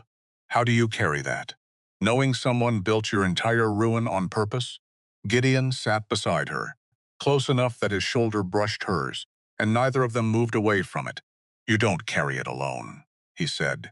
That's the only thing I know for certain. 10 years I tried carrying mine by myself, up here, away from everyone. He looked at her. It didn't work, Constance. It just made the weight heavier, and the mountain colder. And now I've got a wife who reads ledgers like scripture, and an old man asleep in my bed with the proof in his coat pocket, and a name in Vane's own handwriting that finally explains 10 years I never understood. He shook his head slowly. It's still heavy, but it's not just mine anymore. Constance leaned her head against his shoulder. Simple, unplanned. The most natural thing she'd done since she'd arrived on this mountain. We have to go back down, she said quietly, don't we? We do. And Jonah Sutter will likely try to kill me the moment he learns we're in town, Gideon said. Before he learns the truth, if he learns it at all. Then we make sure he learns it, Constance said. Whatever that costs. Gideon was quiet for a long moment, the fire long since gone to embers, the cabin holding its breath around them, the way it had held its breath the night she first arrived. Whatever it costs, he agreed finally. Outside, the wind moved through Stone Ridge the way it always had, indifferent to ledgers and feuds and old lies. But inside the cabin, something had shifted for good, the last comfortable illusion. The idea that the mountain could stay separate from the valley forever had finally, quietly burned all the way down. Tomorrow they would start down the trail. Tomorrow, the reckoning that had been 10 years in the making would finally have a shape, a name, and a signature in careful banker's ink to prove it. Tonight, Constance closed her eyes against Gideon's shoulder, and for the first time since the wanted poster arrived, let herself feel something other than fear. She let herself feel ready. They left before dawn, because waiting made it worse. Because every day they stayed on Stone Ridge was a day Vane spent covering his tracks, burying his ledgers deeper, buying more silence with more gold. And because Elias Crab's hands hadn't stopped shaking since the night he arrived, and a man that frightened didn't have unlimited days left in him to be brave. Constance packed the oilcloth bundle inside her coat, against her ribs, the way Gideon had once carried a pouch of gold to a church altar. Gideon loaded both rifles, checked the ammunition twice, then a third time, because his hands needed something to do besides shake. If something happens, he said, not looking at her, tightening a saddle strap that didn't need tightening, there's gold under the floorboards behind the stove. Enough to get you clear of this county if you need to run. I'm not running, Constance said. I know. He finally looked at her. Doesn't stop me from saying it. She crossed the clearing and took his face in both hands, the way he'd once taken hers at the altar, except this time there was no crowd, no gold, no desperate stranger's gamble. Just two people who had chosen each other on purpose, now choosing to walk into danger the same way. We go down together, she said. We come back together. That's the whole plan, Gideon. There isn't another one. He nodded once. Didn't trust his voice with anything more than that. They rode down the mountain as the sky turned from black to gray to the pale gold of a sun that hadn't decided yet whether the day would be kind. Amber Creek had changed in the weeks since the wedding. Constance felt it the moment they crested the last ridge, and the town came into view below, smaller somehow, tighter, like a fist that had been clenched too long to remember how to open. Nearly 2 months, she realized, doing the arithmetic almost without meaning to. 2 months since a stranger's gold had scattered across an altar. It felt both longer and shorter than that, the way important stretches of a life always did in the retelling. Armed men stood at corners that had never needed guarding before. A pair loitered outside the hotel. Another pair near the church. Vane, it seemed, had turned his own town into something closer to occupied territory and dressed it up as vigilance against dangerous fugitives. He's protecting something, Gideon said low, watching through the spyglass from the tree line. Or someone. Judge Ashworth, Constance said. Elias said he's in town for the circuit session. Staying at the hotel. Then that's where we're not walking in the front door. They separated at the edge of town, Constance moving through the old mining tunnels. Gideon remembered from a childhood that felt like someone else's life now. Tunnels that led out in the cellar of an abandoned house 2 streets from the hotel. Gideon took the long way around, drawing whatever attention he could away from her path, a decoy built entirely out of his own reputation. They'll watch for me, he'd said, back at the tree line. Man my size, face like mine, I can't hide in this town if I tried. Better I give them something to watch. You slip through while they're watching it. That's a terrible plan, Constance had said. It's the only one we've got time for. She hadn't argued further. There hadn't been time for that either. The tunnel smelled of damp earth and old timber, and more than once Constance had to stop, hand pressed flat against the rock, breathing slow, forcing down the particular panic of feeling the whole mountain pressing down on a space barely wide enough for her shoulders. Because this was not what her father's finest schools had prepared her for. Because embroidery and French verbs had never once mentioned crawling through abandoned mine shafts with stolen evidence pressed against her ribs. Except here she was. Except somehow, impossibly, she was managing it anyway. Something skittered in the dark ahead of her, small and quick, and she froze, heart slamming, one hand going still against the cold rock wall. Just a rat, she told herself. Except her breath wouldn't come right away regardless of what she told herself, and she stood there a long moment in the black, counting her own heartbeats, the way she used to count numbers in a ledger, until the counting steadied her enough to keep moving. She thought absurdly of her father's ledgers again, how counting had always been the thing that steadied her, whether the numbers were dollars owed or heartbeats in the dark. Some habits, it turned out, were built for more than bookkeeping. They were built for surviving the exact kind of night this was turning out to be. She emerged into the cellar of the old Pruitt house, not the deputy's family. Some distant cousin, long since moved on, coated in dust, her hands scraped raw, her heart hammering loud enough. She was half convinced the whole street could hear it. Through the cellar window, she could see the hotel, lights burning in the second-floor windows. 2 guards posted at the front entrance, rifles resting easy against their shoulders, the posture of men who expected trouble to come, loud and obvious, not quiet and female, and slipping through back windows. She waited for the guard's patrol to swing wide. Then she moved. The back window was latched, not locked, a small mercy in a night that had offered few of them. She was through it and up the back stairs before her nerve had time to fail her, counting doors, counting breaths, until she reached the one Elias had described. Room 7, a thin line of lamplight beneath the door. She knocked, soft, twice. "Judge Ashworth," she whispered. "My name is Constance Marsh. I have evidence of murder and land fraud that you need to see tonight, not tomorrow." Silence. For one terrible stretched-out second, where she was certain she'd guessed wrong, certain the room was empty or worse, occupied by someone else entirely. Then footsteps, the scrape of a chair, a bolt drawn back. The door opened on a tall, silver-haired man in shirt sleeves, spectacles pushed up onto his forehead, eyes sharp despite the late hour. "Mrs. Marsh," he said, and something in his tone told her immediately he already knew exactly who she was. "I confess I was wondering when someone from that mountain would finally come knocking." "You knew we'd come," Constance said, slipping into the room as he stepped aside. "I've been hearing peculiar things since I arrived in this county," Ashworth said, bolting the door behind her. "A banker with unusual wealth for a town this size. A wedding auction that reads, by every account I've collected, less like charity and more like theater. A wanted poster for a man half this town swears never harmed a soul. Chasing a woman half this town swears left willingly." He gestured to the chair opposite his desk. "I don't much care for theater, Mrs. Marsh. Especially not when it's performed at the expense of the vulnerable." Constance sat. Her hands, she realized, had finally stopped shaking. "Then you'll want to see this," she said, and drew the oilcloth bundle from inside her coat. Ashworth read for a long time.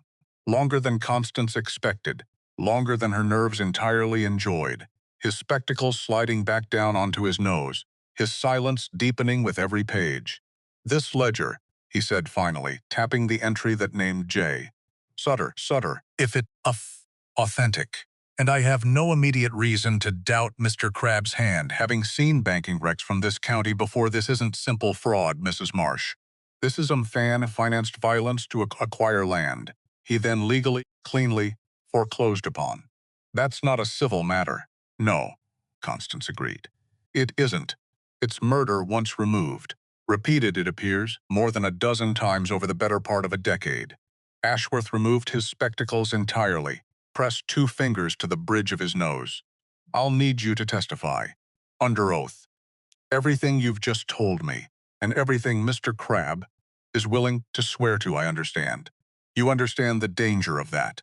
"I understood the danger the moment I walked into that church 2 months ago and a man announced my body as a burden in front of 80 witnesses," Constance said, and something in her voice had gone very steady, very final. "I am done being afraid quietly, Judge Ashworth. If testifying is loud, then I intend to be loud." Something shifted in the old man's expression, respect maybe, or something close enough to it. "Then let's begin," he said, drawing paper toward him, uncapping his pen. "Start from the beginning, Mrs. Marsh. Leave nothing out." She talked for the better part of an hour. The auction, the word condition, the gold on the altar, the ledger discrepancy, the notary mark on Gideon's father's claim, the names of 6 ruined families, and finally Elias Crabbe's own trembling testimony about the night her father had come to him, asking why the numbers didn't match. Ashworth's pen scratched steady through all of it, pausing only twice, both times to ask her to repeat a date exactly, because dates, he told her, were the bones a prosecutor built a case around. "You've done more investigating in 2 months, he said at last, setting down his pen, than the county's own officers managed in 10 years. The county's own officers, Constance said, were being paid not to look too closely. Ashworth tightened. "Yes," he said. "I'm beginning to suspect that's true." Across town, Gideon was doing exactly what he'd promised, giving Amber Creek something loud to watch. He'd climbed the bell tower of the old lightning-struck church at the edge of town, the one abandoned since its roof half-collapsed the previous summer. And from its ruined height, he had a clear view of nearly every street in town, which meant, more importantly, nearly every street in town had a clear view of him. It didn't take long. A shout went up from somewhere near the Mercantile, then another, then the unmistakable sound of men moving with purpose, boots on boardwalks, the metallic clatter of rifles being readied. Gideon allowed himself one slow breath, because in about 30 seconds, every armed man Vane had stationed near that hotel was going to abandon his post and come running toward the church instead. because that was the whole point. He fired one shot into the dark sky, not at anyone. Just loud, just unmistakable, and the town of Amber Creek erupted into exactly the kind of chaos he needed. He hadn't planned on it turning into a real gunfight. That was the part he'd tell Constance later, trying to make her believe it, because the truth was messier than any plan either of them had sketched out at the tree line. Because Vane's hired men weren't content to simply chase a distraction. Because somewhere in the dark, in the confusion of the church's collapsed roof and broken pews, 3 of them had gotten close enough to make this something other than theater. Gideon fired back, only when he had no other choice. Wounded, one man in the shoulder, dropping him without killing him, because even now, even furious, even fighting for everything he had left, some part of him refused to add another name to the 10-year weight he already carried. The fight lasted longer than 30 seconds, longer than he wanted to admit later when Constance asked how bad it had really been. But it worked. Every gun in town that Vane controlled was pointed at a bell tower on the edge of Amber Creek, and not one of them was watching the hotel. Constance heard the gunfire through the hotel window, and every ounce of the calm she'd built while giving her testimony shattered at once. "That's my husband," she said, already moving toward the door. "You'll stay and finish your statement," Ashworth said, not unkindly, but with the immovable weight of a man who understood exactly what was at stake if her testimony went unfinished.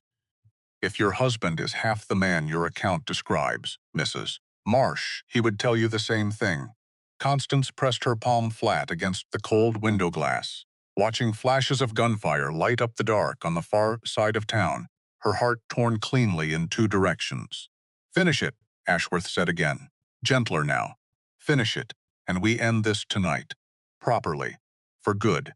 She sat back down, picked up the pen where it had fallen, and forced her hand, steady enough to write the rest of the truth, even as the sound of her husband fighting for both their lives echoed through the open window.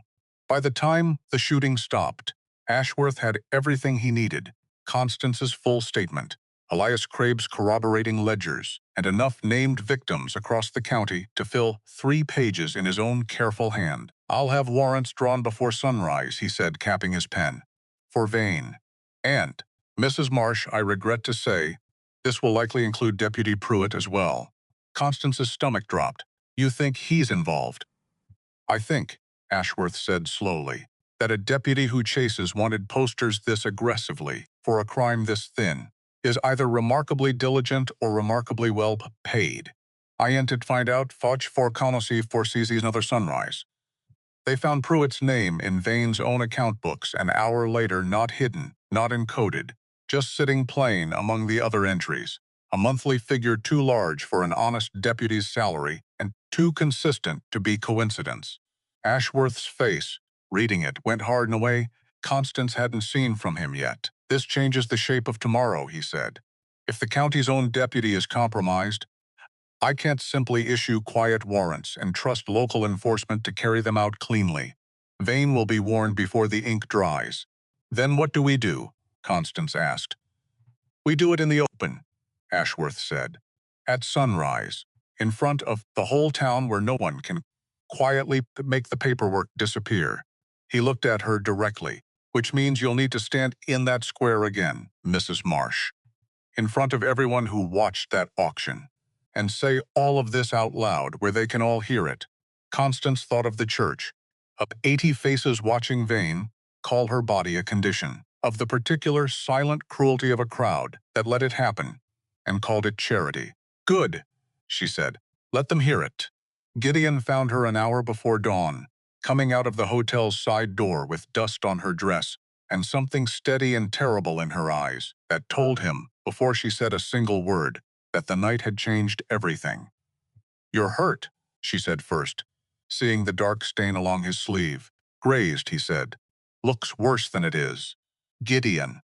"I'm alive," he said, pulling her into him despite the blood, despite the ache in his shoulder, despite 10 years of training himself not to need anyone's arms around him, and finding, in this exact moment, that the training hadn't held at all. "I'm alive, and you're alive, and Ashworth has everything he needs. Tell me that's true." It's true, Constance said against his chest. It's finally true. Then it was worth it, he said, quiet, rough. Every bit of it. Sunrise came gray and then gold, the same way it always did over Stone Ridge, indifferent to the fact that an entire town's worth of secrets was about to come apart in the square below. Constance stood on the courthouse steps beside Judge Ashworth, her testimony complete, her evidence entered into the record, watching Amber Creek gather the way it had gathered 2 months ago for her wedding. Except this time, no one was gathering for a spectacle Vane had arranged. This time, the town had no idea what was coming. They're bringing him out, Ashworth said quietly, nodding toward the far end of Main Street. Cornelius Vane emerged from his own mansion in handcuffs, flanked by 2 marshals. Ashworth had summoned from the next county, over men with no ties to Amber Creek, no debts to Vane's bank, nothing to buy or bargain with. His fine suit was wrinkled. His careful composure had cracked somewhere between his front door and the street, and what remained underneath it was something considerably uglier. The procession moved slow down Main Street, giving every soul in Amber Creek a clear look at the man who had controlled their lives for years, without most of them ever fully understanding how. Constance watched the faces in the crowd. Some showed satisfaction. Some showed the particular sick relief of people realizing how close they'd come to ruin themselves. A few Vane's closest allies, the ones who'd laughed hardest at his cruel little joke about her condition, showed something closer to fear, calculating fast how much of this was about to land on them too. "Mrs. Marsh," Vane said, spotting her, his voice cracking with something between rage and desperation. "You think you've won something here. You haven't. I have friends beyond this county, connections that reach the capital itself. Save it for the judge, Mr. Vane," Ashworth said, before Constance could answer at all. "Based on the evidence entered this morning, you'll be answering to fraud, to conspiracy, and to at least 1 charge of murder by proxy. I doubt your friends will find much appetite for defending that." The color drained entirely from Vane's face.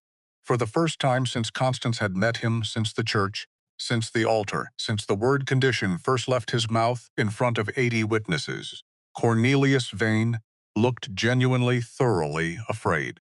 "You don't understand what you've done," Vane said, voice rising as the marshals pulled him forward. "The money I moved through this town, it kept half these families afloat. Without me, this whole county dries up." "Better a poor county," Gideon said, stepping up beside Constance, his bandaged arm held stiff at his side, than one built on stolen graves. Vane's eyes found him. Something old and bitter passed across his face. "You should have died on that fence line 10 years ago, he spat. "Would have saved me considerable trouble." "Funny," Gideon said. "I've thought the same thing about you, more than once these last weeks. Difference is, I never once needed to pay another man to do my fighting for me." The crowd's murmur rose sharp at that. A decade of unspoken suspicion suddenly given permission to be spoken out loud, all at once, in the middle of Main Street. Ashworth signaled the marshals forward. "Take him to the county seat," he said. "We'll process the rest of the arrests from there." Except there was one more piece of the morning neither Constance nor Gideon had accounted for, because as the marshals led Vane past the edge of the crowd, a rider broke from the tree line at the north end of town, moving fast, moving hard, moving with the particular grim purpose of a man who had waited 10 years for exactly this moment and had no intention of waiting any longer. Jonah Sutter. He reined his horse in hard at the edge of the square, and the crowd scattered back from him the way crowds scatter from lit dynamite, because everyone in Amber Creek knew that name, knew that face, knew the particular kind of grief that had been simmering behind those eyes since 3 of his family rode on Totaland, marshland, and only 2 came back breathing. His rifle was already up, already aimed, at Gideon. 10 years, Jonah said, voice shaking, with something that had gone far past anger and settled somewhere colder. 10 years I've waited for you to come down off that mountain, Marsh. I didn't expect it to be today. Didn't expect an audience. Suits me fine either way. Jonah, Gideon started. "Don't," Jonah said. "Don't you dare say my name like we're neighbors. You murdered my father, my brothers. Left my mother, a widow, before I was old enough to run the ranch myself. His finger tightened on the trigger. I've waited 10 years for this. Constance felt her whole body go cold, because she'd known this reckoning was coming. She just hadn't expected it here, now in front of the whole town, with a marshal's cart still rolling Vane away in the background, and Ashworth's warrants barely lie dry. "Jonah, wait," she said, stepping forward before she'd fully decided to. "Stay out of this, ma'am. This isn't your fight. It became my fight the moment I married into it," Constance said, and something in her voice made even Jonah's rifle waver, just slightly. "Before you pull that trigger, before you finish something that's haunted both your families for 10 years, I need you to see something." She held up the oilcloth bundle, the one still tucked against her ribs. "Evidence enough to hang a banker, evidence enough," she prayed, "to save a husband's life one more time. Your father," she said, "and your brothers. Did they come to Marshland because they hated the Marsh family, or because someone convinced them it was worth the risk?" Jonah's jaw tightened.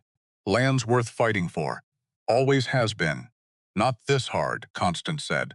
"Not with torches. Not twice, after the first time already failed. Someone financed that fight, Jonah. Someone who understood exactly what that valley was worth, long before your family or the Marsh family ever thought to argue over it." "That's a convenient story," Jonah said, coming from his wife. "It's not a story," Constance said. "It's a ledger. Cornelius Vane's own handwriting. A payment dated the same season your father first rode onto marshland, recorded under your family's name." She took a step closer, close enough now that the rifle, if it fired, could not possibly miss. "He paid your father to start a war he knew would end exactly the way it did.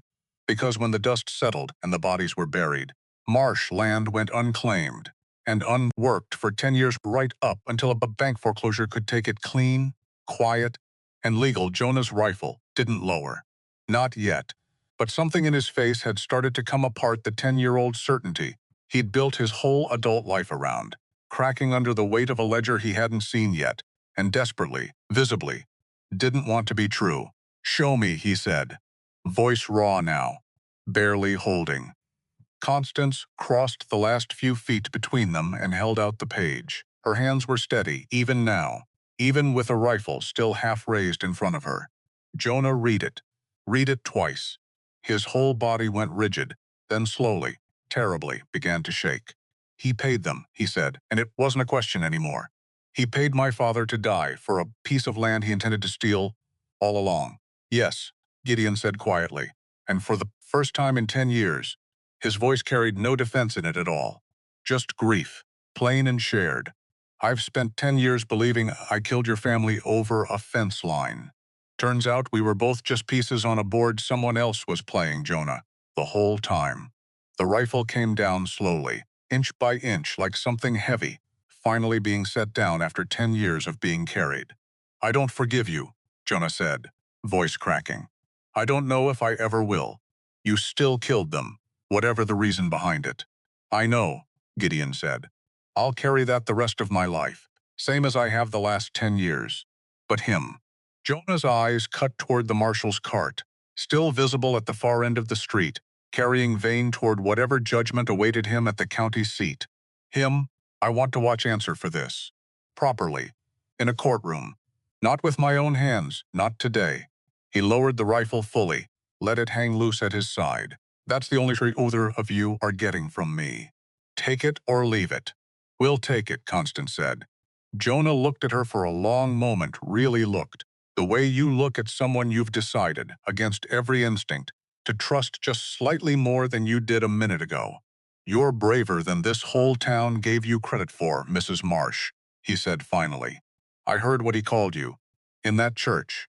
His jaw tightened. "Man like that doesn't get to decide anybody's worth. Least of all yours." He turned his horse without another word and rode back toward the tree line, leaving the square in a silence so complete Constance could hear her own pulse in her ears. Gideon stood watching the tree line long after Jonah had disappeared into it, something working slowly loose in his chest that he didn't yet have a name for. 10 years of believing himself a killer who deserved exactly the exile he'd built for himself. 10 years of accepting the town's fear as fair payment for what he'd done that night at the fence line. He still believed he'd have to carry the deaths themselves. That part wasn't going anywhere, and he didn't especially want it to a man who stopped carrying the weight of taking a life. Wasn't a man worth much, in his estimation. But the guilt that had driven him up that mountain and kept him there for a decade, the belief that he alone had caused every bit of the ruin that followed that particular weight, he realized. Standing in the square with his wife's hand finding his, had just been set down by someone other than himself for the first time in 10 years. "You're thinking too loud," Constance said, watching his face. "I can hear it from here." "Just recalculating a debt," Gideon said. "Turns out I've been overpaying on it for a decade." "Well," Constance said, "I understand a thing or two about correcting bad arithmetic." The weeks that followed moved fast, the way floodwater moves once a dam finally breaks. Vane's mansion, searched under Ashworth's order, produced more than anyone in Amber Creek, had braced for records stretching back nearly 15 years. Dozens of families, whose ruin had never once looked like ruin from the outside, dressed up instead as bad luck, weak hearts, gambling debts that never existed. Pruitt was arrested within days, his corruption laid bare in Vane's own careful ink. The county seat sent a new deputy inside the month, one with no ties to the old regime, and Ashworth made a point of confirming personally, no appetite for looking the other way. Vane's trial, when it finally came, drew crowds from 3 counties over. Constance testified again, this time in a proper courtroom, and this time her voice didn't shake at all.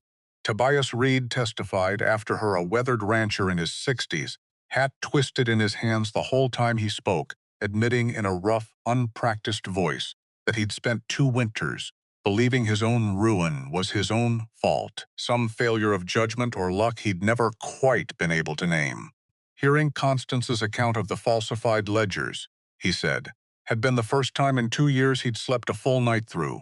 "Man starts believing the story people tell about him," he said, "even when it isn't true. Even when he ought to know better." He looked toward Vane, seated, pale, and rigid at the defense table. "You let me believe I gambled my own family's land away. Let the whole county believe it too. I'd like it on the record that I never touched a card table in my life." The courtroom had gone very quiet at that. Constance, watching from her seat beside Gideon, felt something settle in her chest that was neither triumph nor relief exactly, but close cousin to both, the particular satisfaction of watching a lie finally cost its teller something, after years of costing everyone else everything. Afterward, in the courthouse hallway, Tobias Reed found her and took her hand in both of his. Work-ruined and trembling slightly. "Wouldn't have had the nerve to speak up if you hadn't gone first," he said. "Woman half my age, walking into that church 3 months back with the whole town looking down its nose at her. And here you are now walking out of a courtroom with half the county looking up to her instead." He shook his head. "That's a fair trade, I'd say." Constance didn't quite trust her voice to answer that properly, so she just squeezed his hand back and let that be answer enough. Elias Crabb did not testify at the trial himself. His heart, the doctor said, wasn't equal to the strain of a courtroom after everything else it had carried these past weeks. But his sworn deposition was read into the record by Judge Ashworth's own clerk, steady and unhurried. 6 years of careful secret documentation finally given the weight of law. His daughter Sarah came to the courthouse instead, a composed young woman with her father's careful eyes, and found Constance in the hallway afterward. "He hasn't slept properly in longer than I can remember," Sarah said. "Used to wake in the night, convinced someone was at the door. I never understood why. Growing up, he wouldn't tell me." She twisted her gloves in her hands. "He told me everything this past week. Said he owed me the truth, whatever it cost him to say it." "How is he taking it?" Constance asked. "Now that it's finally out." "Lighter," Sarah said, and something in her voice caught slightly. "He looks 10 years lighter, Mrs. Marsh. I didn't realize how much he'd been carrying until I watched him set it down." She met Constance's eyes. "Thank you for giving him a reason brave enough to finally do it." Constance thought of her own father then, of ledgers and silence, and the particular loneliness of carrying a truth nobody else could see. "Your father's the brave one," she said. "I only asked the question. He's the one who finally answered it, after 6 years of choosing not to. That's harder than it sounds." "Maybe," Sarah said, "but I don't think he'd have found the nerve if you hadn't gone looking first." It was, Constance thought later, riding back up the mountain in the fading light, the second time in a single week someone had told her almost exactly that. She was beginning slowly to let herself believe it. He was sentenced to 20 years. Every acre of stolen land, the court ordered, was to be returned to its rightful families, marsh land among them. The original claim restored, boundary lines redrawn, exactly as they'd stood before a banker's greed rewrote them in blood. Gideon stood at the edge of that valley, on the day the surveyor confirmed it, the paperwork fully settled, the land that had cost him everything 10 years ago, finally, quietly, his again. Constance found him there at sunset, standing exactly where she now knew his father had once stood before torches and hatred, and a banker's hidden hand had taken it all away. "It's smaller than I remembered," Gideon said, not turning. "Funny thing, memory makes losses bigger than they were, and gains smaller than they deserve." "It's not smaller," Constance said, coming to stand beside him.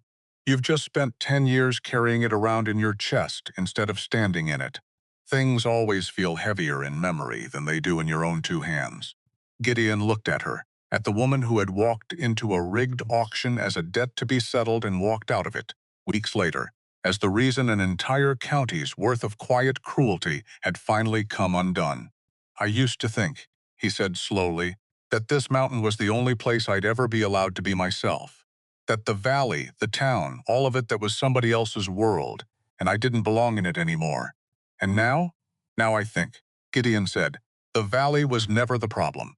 The problem was one man deciding who got to belong, and who didn't, and an entire town too frightened to argue with him." He took her hand. "I don't think that's true anymore. Not up here. Not down there either. They didn't leave the mountain. Not entirely. The cabin stayed theirs, the first home either of them had built out of choice instead of necessity, but the valley below slowly filled back in, with life too. Gideon rebuilt the old homestead fence line, this time with Jonah Sutter, of all people, working the opposite post, the two of them trading fewer words than most men might over a decade of shared grief, but trading them honestly, which mattered considerably more. Gideon still rode down for supplies most months, though the trip felt different now than it had for 10 long years. Higgins met him at the counter these days with an easy nod instead of that old careful flinch, and once, without any particular ceremony, added an extra tin of good coffee to the order and waved off the extra coin. On the house, Higgins said, gruff about it, like the kindness embarrassed him slightly, "For the trouble you two went through, setting this county straight." He paused, glancing toward the door, like he wasn't quite sure he should say the rest. "Ought to have spoken up myself, a long time back. Man gets comfortable staying quiet. Takes someone braver to remind him what quiet actually costs." Gideon didn't say much back. Wasn't much of a talker, even now. Even happy. But he shook the old man's hand before he left. Plain and firm. The first time in 10 years he'd offered that particular courtesy to anyone in Amber Creek, and rode back up the mountain with an extra tin of coffee he hadn't paid for, and a town, however slowly, learning to look him in the eye again. Constance opened her father's ledger one final time, the numbers finally, fully reconciled. The debt that never should have existed struck clean through in her own careful hand. Then she closed it, set it on a shelf, beside Gideon's mother's recipe book, and beside the quilt itself, folded now, and displayed rather than hidden away in a cedar chest, and didn't open the ledger again. Constance had taken to thinking of the two objects together, the closed book and the patchwork quilt sitting side by side on that shelf, the record of everything that had nearly destroyed them, and the proof of everything that could be built instead, patient stitch by patient stitch, out of pieces that had never looked like much of anything on their own, because some numbers, once settled, deserved to stay settled. On a clear morning, some months later, Constance stood on the porch Gideon had built with his own two hands. watching the sun break over Stone Ridge the way it had every morning for 10 years before she ever arrived, except now there were 2 cups of coffee on the rail instead of one, and the silence that used to mean solitude now simply meant peace. Any regrets? Gideon asked, the way he'd started asking most mornings, half joke, half genuine question, still not entirely believing his own good fortune. Only one, Constance said, that it took a corrupt banker and a church full of cruel gossip to bring us together. Everything happened the way it needed to, Gideon said quietly. We weren't ready for each other before. Both of us needed to be broken open a little first. Needed something to fight for, before we understood what we were actually fighting toward. Constance leaned into him, watching the valley wake below a town slowly relearning what honesty looked like, a fence line rebuilt by 2 men who'd once been enemies, a ledger closed for good on a shelf, inside a cabin that had finally, fully become a home. Below them, faint on the morning air, came the sound of the church bell in town, ringing the hour same as it always had, the same bell that had witnessed a rigged auction and a desperate wedding, the same bell that would go on ringing long after both of them were gone, indifferent and faithful in equal measure. Constance found she didn't mind the sound anymore. There had been a time, in the first weeks after the wedding, when hearing it even faintly on the wind had tightened something cold in her chest. Now it just sounded like a town slowly remembering how to be honest with itself, one Sunday at a time. Do you ever think about going back? She asked. To visit. Not to stay. Time to time, Gideon admitted. Higgins keeps threatening to name a coffee blend after us, if we come down often enough to make it worth his while. That's a terrible joke. Terrible jokes are the only kind I've got practice with. 10 years is a long time to go without an audience. Mrs. Marsh, Gideon said, lifting her hand to his lips. Mr. Marsh, she answered, and meant it completely, the way she hadn't quite managed to, on the day a stranger's gold first scattered across a church altar and changed both their lives forever. Below them, Stone Ridge stood the same as it always had, tall, patient, indifferent to fortunes made or lost. But the 2 people watching the sun rise over it were not the same people who had climbed it months before. One had come down that mountain a debt to be settled. One had lived on it a decade like a man serving a sentence he'd never been formally charged with. Neither of them owed anyone an explanation anymore. Neither of them owed anyone anything at all. They had simply, finally, chosen each other and built, out of a stranger's desperate gamble and a banker's careless cruelty, something considerably stronger than either of them had ever expected to find again. Something worth every hard mile it had taken to reach it.